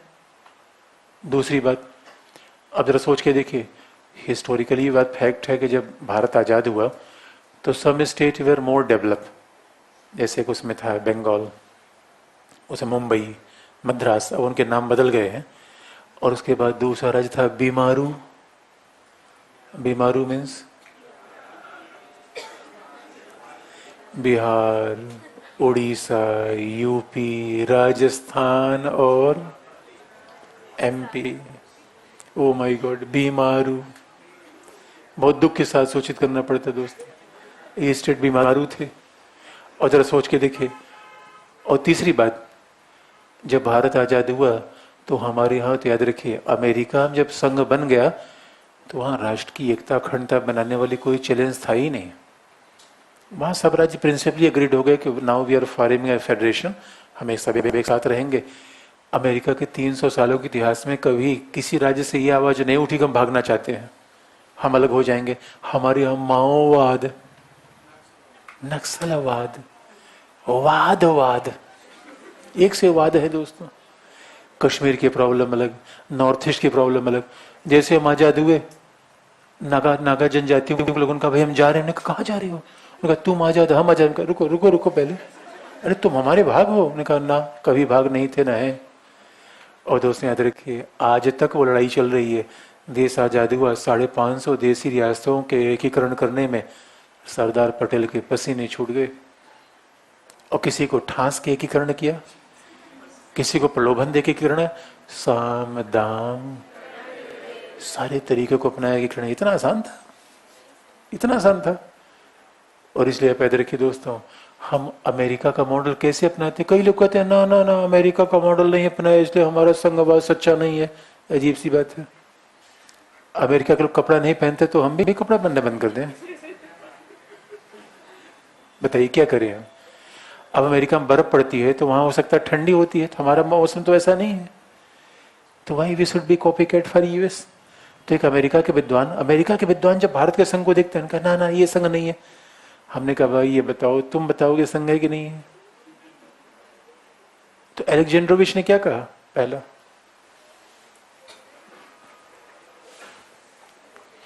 याद रखिए, पहले आपको विश्लेषण बता देंगे, उसके साथ फैक्ट को जोड़ना शुरू करेंगे।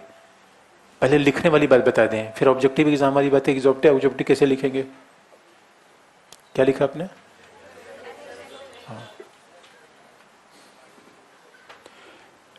अलेक्जेंड्रोविच ने कहा कि भारतीय संघी शासन में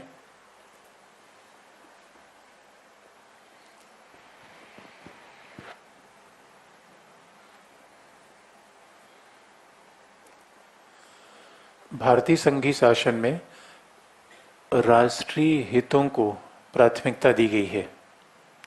राष्ट्रीय हित अंडरलाइन।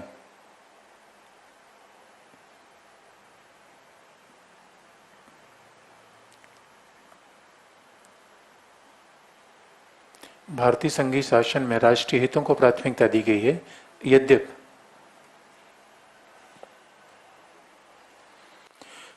संघ एवं राज्यों के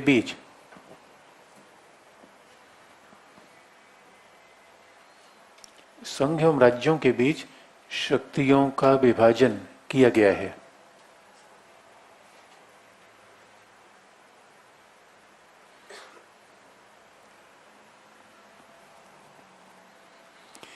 संघ और राज्यों के बीच शक्तियों का विभाजन किया गया है। अच्छा, एक बात ये ध्यान रखने की है, जब ये कहते हैं कि राष्ट्रीय हितों को प्राथमिकता दी गई है, तब ये बात अपने आप में थोड़ा सा देखिए, शब्दों पर खूब ध्यान रखिए। संघवाद डिवीजन ऑफ पावर पे डिपेंड करता है, और डिवीजन ऑफ पावर का मतलब है कि संघ का हित अलग है, राज्यों का हित अलग है। डिवीजन ऑफ पावर का तो यही मतलब होता है। एक बार याद रखिए, संघी शासन के साथ राष्ट्रवाद को जोड़ना, ये बताइए नेशनल इंटरेस्ट।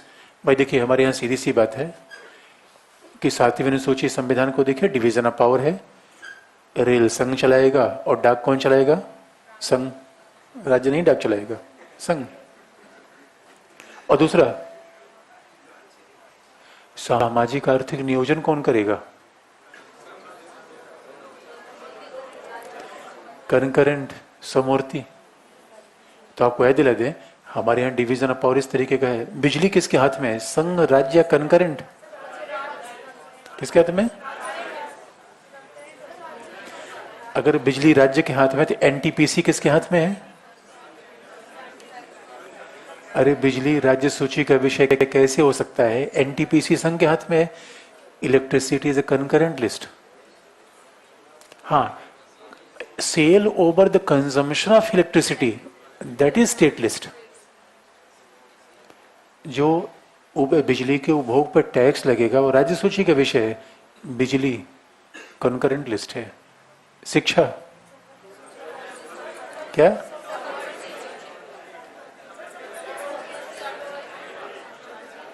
जनसंख्या नियंत्रण क्या? स्वास्थ्य। ये कुछ बेसिक बातें हैं जो हम आगे चल के हम 7 शेड्यूल का खूब यूज करेंगे, क्योंकि fundamental point division of power का 7 शेड्यूल है। फंडामेंटल पॉइंट तो 7 शेड्यूल है, तो हमें पता होना चाहिए कौन विषय किसका है, कौन विषय किसका है। इसलिए अगर आप कभी घर जा रहे हैं, जिस बस में बैठे, तुरंत पता करना है, करिए ये ताऊ चला रहा है कि मुख्यमंत्री चला रहा है। दोस्तों, रोज ही संघवाद आपके जीवन में रोज ही चल रहा है।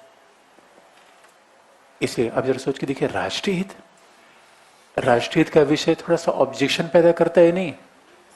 शब्द की भी बात है। अब देखिए, अब राष्ट्रीय हित में जो डिवीजन ऑफ पावर खत्म हो गया, तो सवाल ये है, अब आप जरा सोच के देखिए। इसीलिए जब कई बार कोई मुख्यमंत्री कहता है अब पाकिस्तान पे सर्जिकल स्ट्राइक की गई, ये राष्ट्रीय हित है या नहीं है? अब बड़ा इंटरेस्टिंग पार्ट है, इस पर डिवीजन हो सकता है। लेकिन राष्ट्रीय हित इधर के अमेरिका के संघवाद में भाई डिवीजन ऑफ पावर जहां आपने बना लिया, वहां राष्ट्रीय हित का मतलब है कि आप चीजों को कंसंट्रेट कर रहे हैं। लेकिन ऐसा इंडिया में किया गया है। That is a beauty of Indian federal system. क्यों? अब हमें कुछ रेफरेंस देना पड़ेगा फैक्ट का, और अब मैं इसको फैक्ट को आपको बता दूंगा, लेकिन लिखवाने के लिए किस शब्द का प्रयोग करेंगे? लिख लीजिए अगला पॉइंट।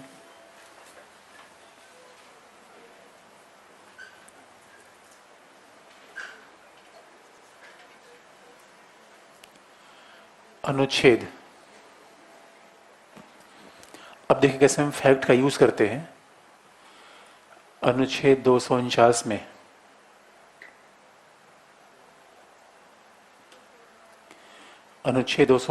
में यह कहा गया है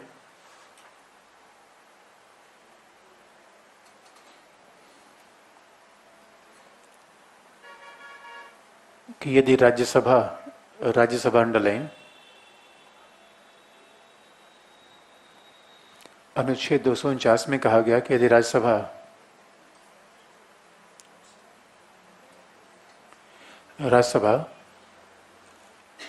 यह प्रस्ताव पारित कर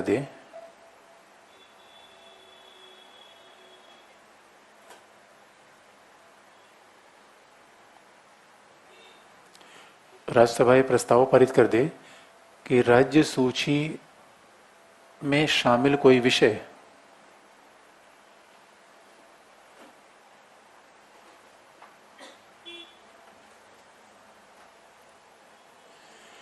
राज्यसभा कोई प्रस्ताव पारित कर दे कि राज्य सूची में शामिल कोई विषय राष्ट्रीय महत्व का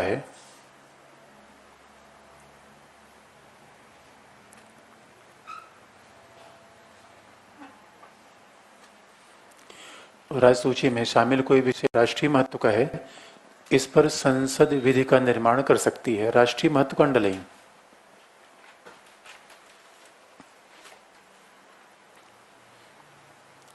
तो इस पे संसद विधि का निर्माण कर सकती है।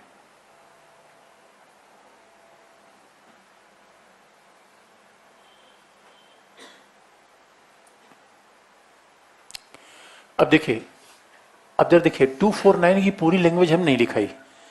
249 में जो हमने हमें बताना क्या था राष्ट्रीय हित, 249 की पूरी लैंग्वेज हमने नहीं आपको बताई और 249 की पूरी लैंग्वेज लिखने की आवश्यकता भी नहीं है। हाँ, यही प्रीलिम्स और मेंस के बीच बेसिक डिफरेंस हो जाता है। मेंस में हम आर्टिकल का एक सारांश कहीं कहीं रिफर कर देते हैं, जो बहुत इंपॉर्टेंट बात है, लेकिन ऑब्जेक्टिव एग्जाम में तो उसकी बेसिक बातें भी देखना पड़ेगा हमें। ये फर्क आ गया आपका।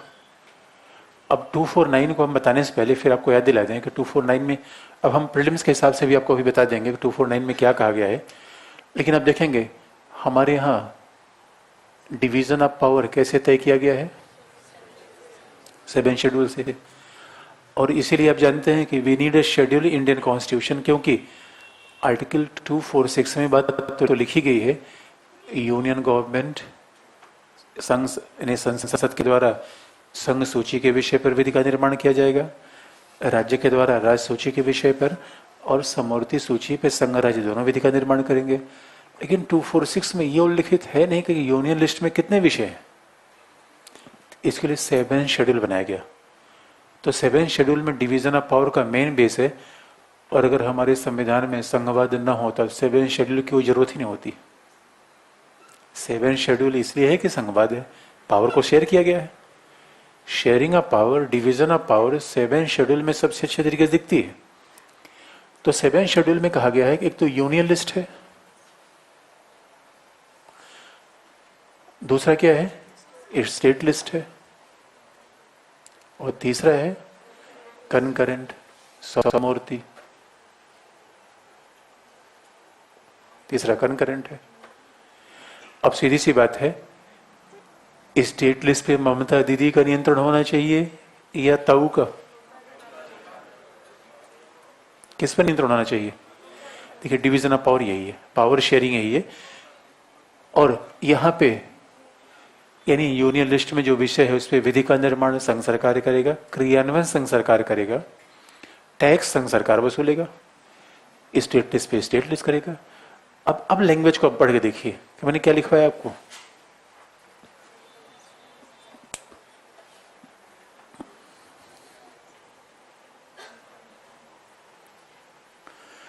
अब बात देखिए, यानी हमने जो आपको बात लिखवाई, अगर हमने आपको बात लिखवाई यदि राज्यसभा प्रमाणित कर दे राज्य सूची में शामिल कोई विषय किसका महत्व का है।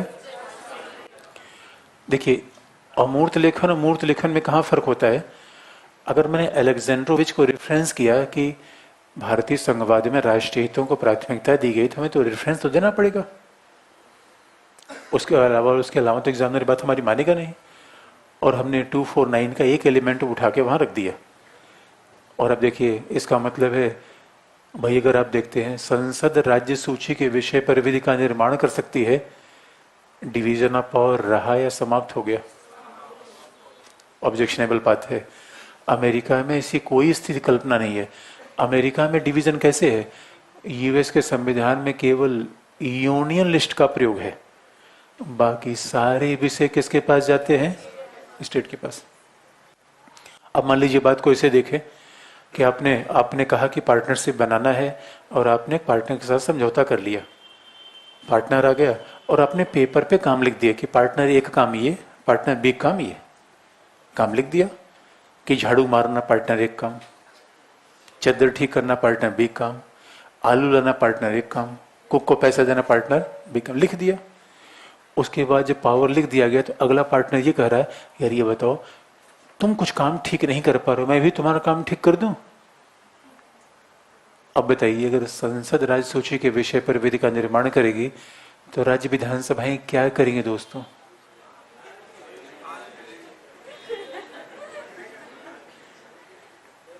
प्रॉब्लमेटिक है कि नहीं? प्रॉब्लमेटिक है।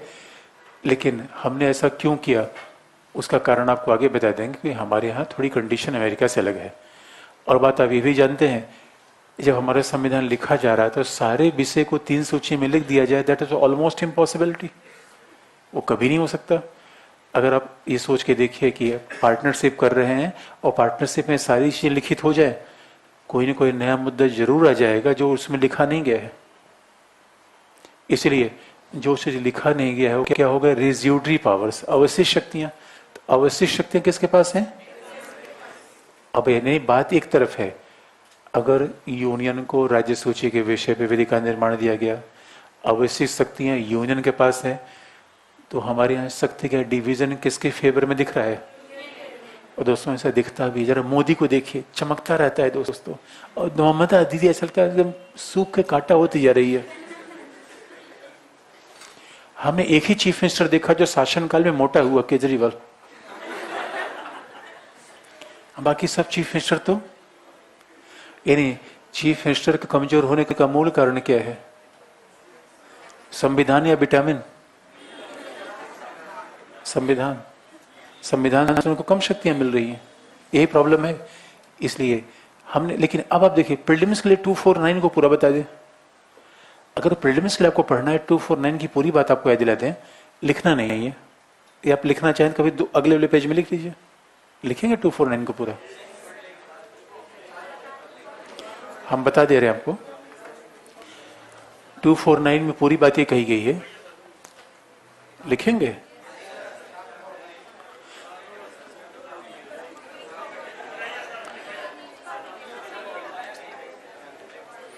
तो आपको हम बता दें पहले, 249 का पूरा लैंग्वेज ये है कि यदि राज्यसभा अपने उपस्थित और 2/3 बहुमत से प्रमाणित करे, उपस्थित 2/3, 2/3 of present in voting, Rajya Sabha अपने उपस्थित और 2/3, अच्छा उपस्थित 2/3 का मतलब मैंने बताया कि नहीं कभी? सर बताया होगा कहीं पार्लियामेंट में। राज्यसभा अपने उपस्थित 2/3 बहुमत से प्रमाणित करे तो संसद राज्य सूची के विषय पर विधि का निर्माण कर सकती है। और दूसरी बात है, यह विधि का निर्माण जो संसद करेगी उसकी अवधि 1 वर्ष के लिए होगी, और राज्यसभा फिर इसी विशेष बहुमत से प्रस्ताव करके इस विधि की अवधि को 1 वर्ष और बढ़ा सकती है।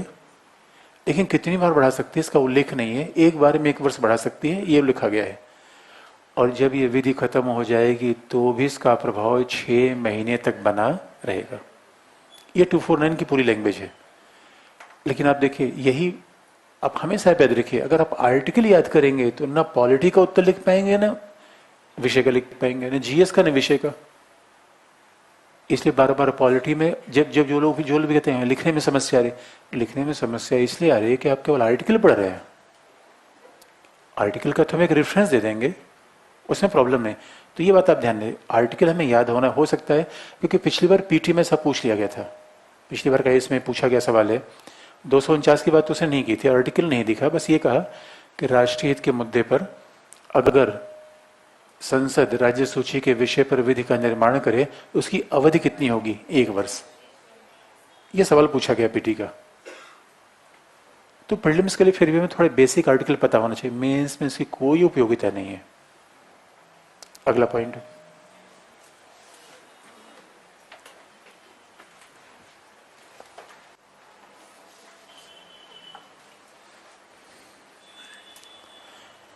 बंद करना है इसको, अभी थोड़ा सा वही गर्मी लग रही है। नहीं अगला अगला लिखिए, ग्रेनेविल ऑस्टिन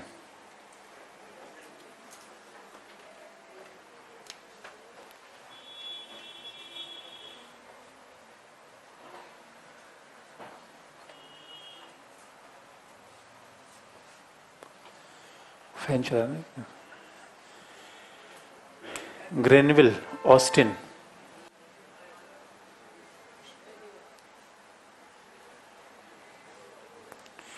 ग्रेनेविल ऑस्टिन ने कहा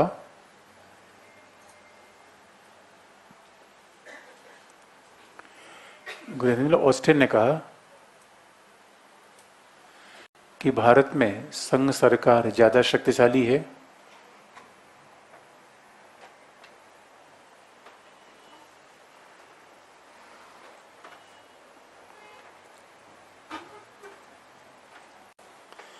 ग्रेनेविल ऑस्टिन ने कहा कि भारत में संघ सरकार ज्यादा शक्तिशाली है, परंतु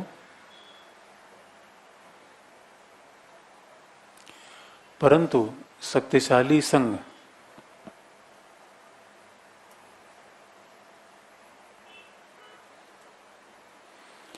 राज्यों के हितों का विरोधी नहीं है। Union government is more powerful in India, but powerful union is not against the notion of federal government in India.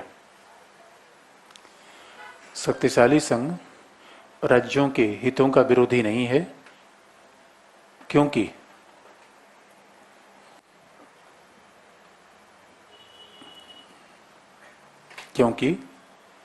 संघ सरकार के द्वारा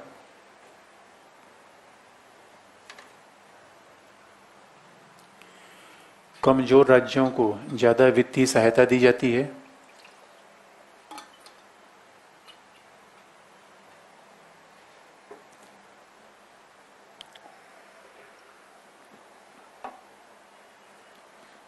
क्योंकि संघ सरकार के द्वारा कमजोर राज्यों को ज्यादा वित्तीय सहायता दी जाती है,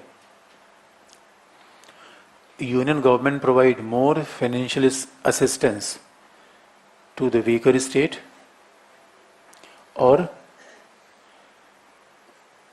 वित्त आयोग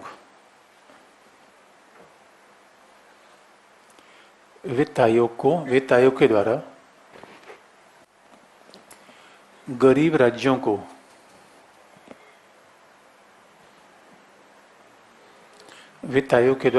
राज्यों को केंद्रीय करों का ज्यादा हिस्सा प्राप्त होता है।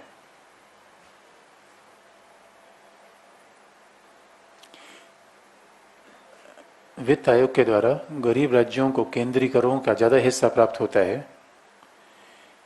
Even poor state receive more grant from the union government in comparison to the richer state.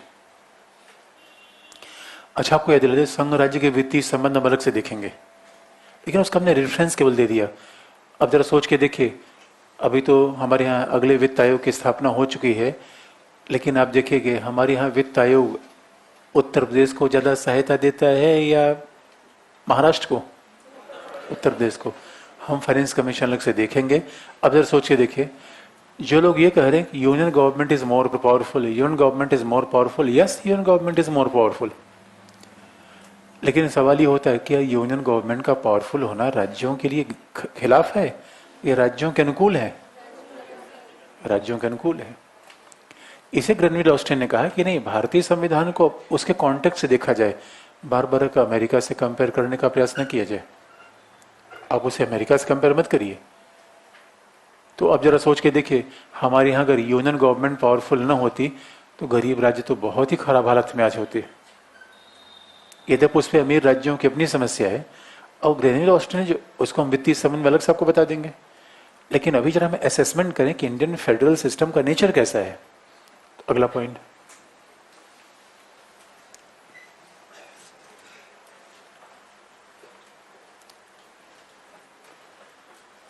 Granule Austin का मानना है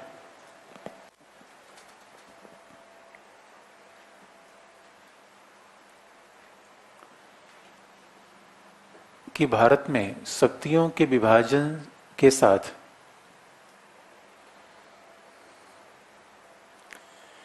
Grenville Austin said that apart from the division of power, Bharat में शक्तियों के विभाजन के साथ, apart from division of power in India, Bharat में शक्तियों के विभाजन के साथ सहकारी संघवाद को प्राथमिकता दी गई है।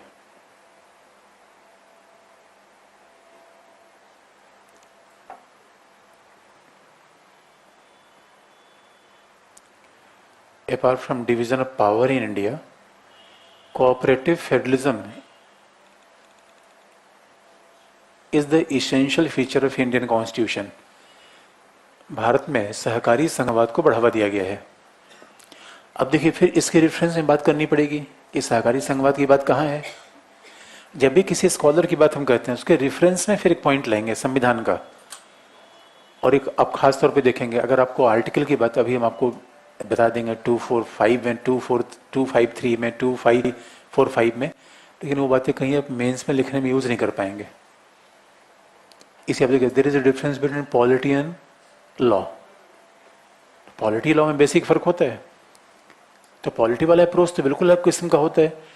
इस वजह से सवाल यह है कि अगर ग्रेन्यूल ऑस्टिन ने यह कहा कि भारत में सहकारी संघवाद है, ग्रेन्यूल ऑस्टिन, अलेक्जेंड्रोविच ऐसे लोग हैं जो भारतीय संघ को बहुत सकारात्मक रूप में देखते हैं, जबकि केसीवेयर बहुत ही नकारात्मक रूप में देखते हैं। केसीवेयर बहुत नकारात्मक रूप में देखते हैं। अब अगर इनसे पूछा जाए कि भाई ये बताओ कोऑपरेटिव फेडरलिज्म है, इसका कोई आप रेफरेंस दोगे आप? वैसे हम आपको वो सिंपल सा रेफरेंस आपको बता दें, वाई कोऑपरेटिव फेडरलिज्म में विचार कैसे आया, उसके तमाम एग्जाम्पल और आगे आपको बता देंगे हम, लेकिन कुछ एग्जाम्पल यहाँ बता दें। अच्छा बताइए, रेल किसका विषय है? संघ का। लैंड, अब एक बात आप देखेंगे, हर एनालिसिस में बेसिक चीज को लाते हैं। जब तक आप बेसिक चीज को नहीं बताएंगे, एग्जामिनर की बात कभी भी कम्युनिकेट नहीं करेगी, वो समझ नहीं पाएगा। तो हम स्कॉलर को जरूर रिफर करते हैं, लेकिन हमेशा ग्राउंड में चीजों को रखे, रूट से चीजों को एनालिसिस करते हैं। अब बताए, लैंड राज्य का है, रेल संघ का है, रेल चलती कहाँ है? और लैंड राज्य न दे तो संघ रेल कहाँ चलाएगा? प्रॉब्लम आ गई कि नहीं? इसलिए कोऑपरेशन होना चाहिए या केवल डिवीजन? कोऑपरेशन। और आपको हम याद दिला दें, क्योंकि जब संघवाद पहले बना, जब अमेरिकन संघवाद बना, तो जितने कॉन्स्टिट्यूशनल के एक्सपर्ट थे, तो उन्होंने ये मान लिया कि नहीं, federal system means American form of government. Federal system का मतलब है कि American form of government, America का शासन। लेकिन अमेरिका में जो संविधान फिलाडेल्फिया कन्वेंशन में लिखा गया था, that situation has all together change after 1930s। यानी अमेरिका में जो संविधान में बातें हैं, व्यवहार में वैसी बिल्कुल नहीं दिखती। व्यवहार में तो वहाँ इतना परिवर्तन हो गया है। जैसे कुछ एग्जाम्पल आपको बता दें, अमेरिका में संघ का मतलब ही लोगों ने मान लिया division of power, division of power, यानी ऑटोनॉमी, ये हस्तक्षेप नहीं करेंगे, दोनों एक दूसरे के स्वायत्त रहेंगे। एक बात आपको यह दिला दें, अमेरिका में क्या क्या नई कंडीशन आई। वेलफेयर स्टेट का डेवलपमेंट 1930s के बाद हुआ पहला मामला। ये बात आप जानते हैं, earlier state was a police state, earlier state was regulative state. लेकिन अमेरिका में कल्याणकारी राज्य का मामला 1930 के दशक में आया। दूसरा, 1930 के दशक की आर्थिक मंदी के बाद अमेरिका में राज्य को बड़ी आर्थिक सहायता की आवश्यकता हुई। तीसरा आप देखेंगे, द्वितीय विश्व युद्ध के बाद तो अमेरिका में संघ के द्वारा राज्यों को खूब आर्थिक सहायता दी गई। यानी वहाँ के संविधान में भले ही डिवीजन की बात की गई हो, ऑटोनॉमी की बात की गई हो, अमेरिका में व्यवहारिक रूप में संघ राज्य के बीच और राज्य राज्य के बीच कोऑपरेशन करना पड़ा। Cooperation became the hallmark of US constitution. इस बात को भारतीय संविधान निर्माता देख रहे थे। और आप याद रखिए, इसलिए जो भी व्यक्ति थोड़ा पीछे आता है उसको कई फायदे मिलते हैं, क्योंकि पूर्व के अनुभव उसको मिल जाते हैं। इसलिए भारतीय संविधान निर्माताओं ने क्या किया, कोऑपरेटिव फेडरलिज्म को संविधान में ही शामिल कर दिया। आप ये पूछेंगे कि यार कोऑपरेटिव, डिवीजन, ये दोनों बातें तो अटपटी लग रही हैं। कोऑपरेशन होगा या डिवीजन होगा, आखिर में होगा क्या? उत्तर दोनों होगा। आप कहेंगे कैसे? दोनों कैसे होगा? होगा 7वीं अनुसूची का जो डिवीजन है उसको हम हेर फेर नहीं करने जा रहे हैं। The division of 7 schedule is going to be intact. उसमें we are not going to subverting that. लेकिन हम चेंज कहां करेंगे? हम पैसे में सहयोग की बात कर रहे हैं, प्रशासन में सहयोग की बात कर रहे हैं, 7वीं अनुसूची के बीच की अदला बदली की बात नहीं कर रहे हैं। अरे हम ये कहाँ रेल राज्य सूची में आ जाएगा या जमीन को संघ सूची में कर लेंगे? हमने तो ये नहीं कहा। या डिफेंस राज्य के हाथ में आ जाएगा, पुलिस संघ के हाथ में, ये यहीं पे रहेगा। लेकिन सवाल ये है, राज्य की पुलिस और सेना के बीच में कोऑपरेशन होना चाहिए नहीं होना चाहिए? इसमें 7वीं अनुसूची में क्या चेंज आए? कोई चेंज नहीं है। इसे याद रखिए, कोऑपरेशन कहाँ होगा? प्रशासनिक मामलों पर। कोऑपरेशन कहाँ होगा? फाइनेंशियल मामलों पे, संवैधानिक मामलों पे नहीं। तो डिवीजन ऑफ पावर भी बना रहेगा, कोऑपरेशन भी आगे बढ़ेगा।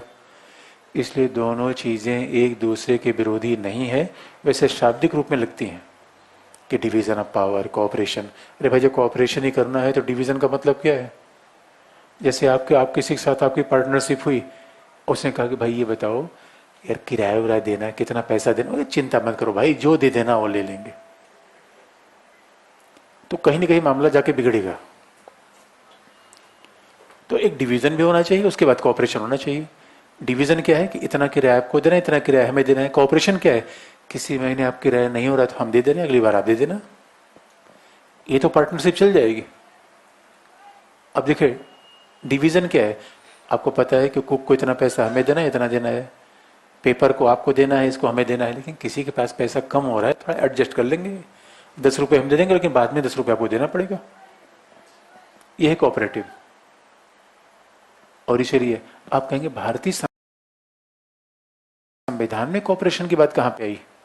तो है। अब रेफरेंस हम भारतीय संविधान का देंगे पहला, हर बात के लिए। अब यहां पे रेफरेंस हम देते हैं।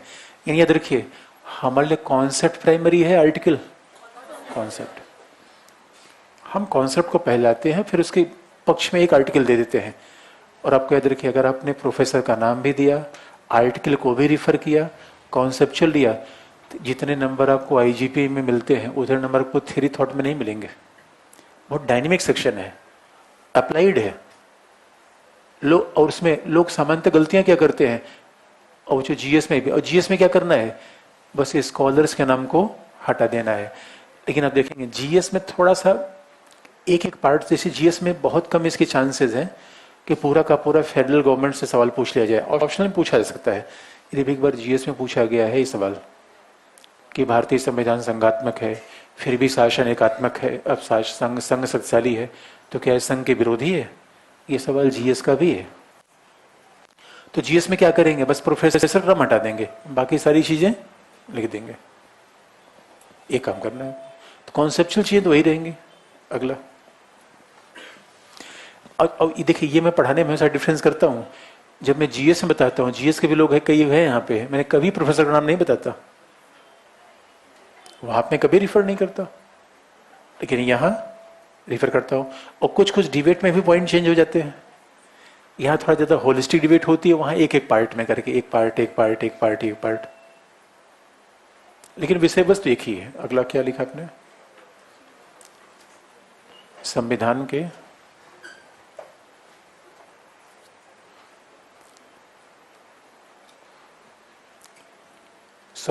के अनुच्छेद 263 में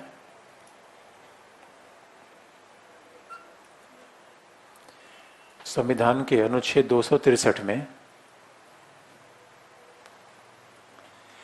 यह उल्लिखित है, it is mentioned in Article 263 of the Indian Constitution, संविधान के अनुच्छेद 263 में यह उल्लिखित है कि सार्वजनिक हित में, सार्वजनिक हित अंडरलाइन,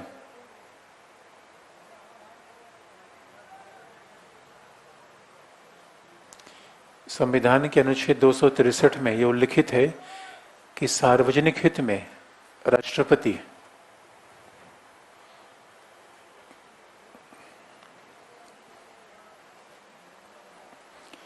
सार्वजनिक हित में राष्ट्रपति एक अंतरराज्यीय परिषद की स्थापना करेगा।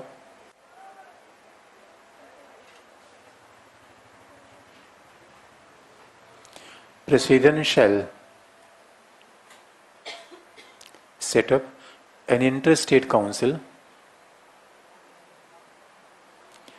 राष्ट्रपति अंतरराज्यीय परिषद की स्थापना करेगा जिसके द्वारा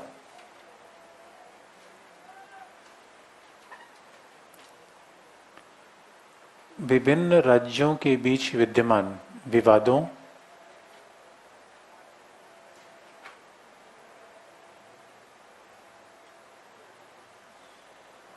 विभिन्न राज्यों के बीच विद्यमान विवाद की जांच की जाएगी और उन पर सलाह दी जाएगी।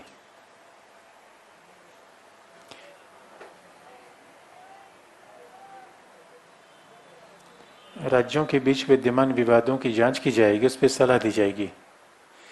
Enquiring and advising over dispute between the states, enquiring and advising underline,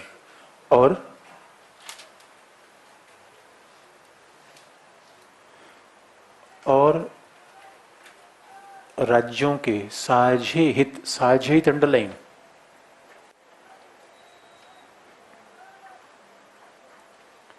राज्यों के साझे हित की खोज की जाएगी और उस पर चर्चा होगी। साझे हित अंडरलाइन,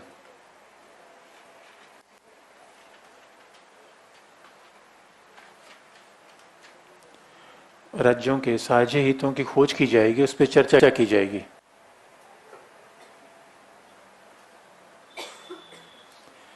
यानी investigating and discussing over the common interest of states, common interest underline, खोज की जाएगी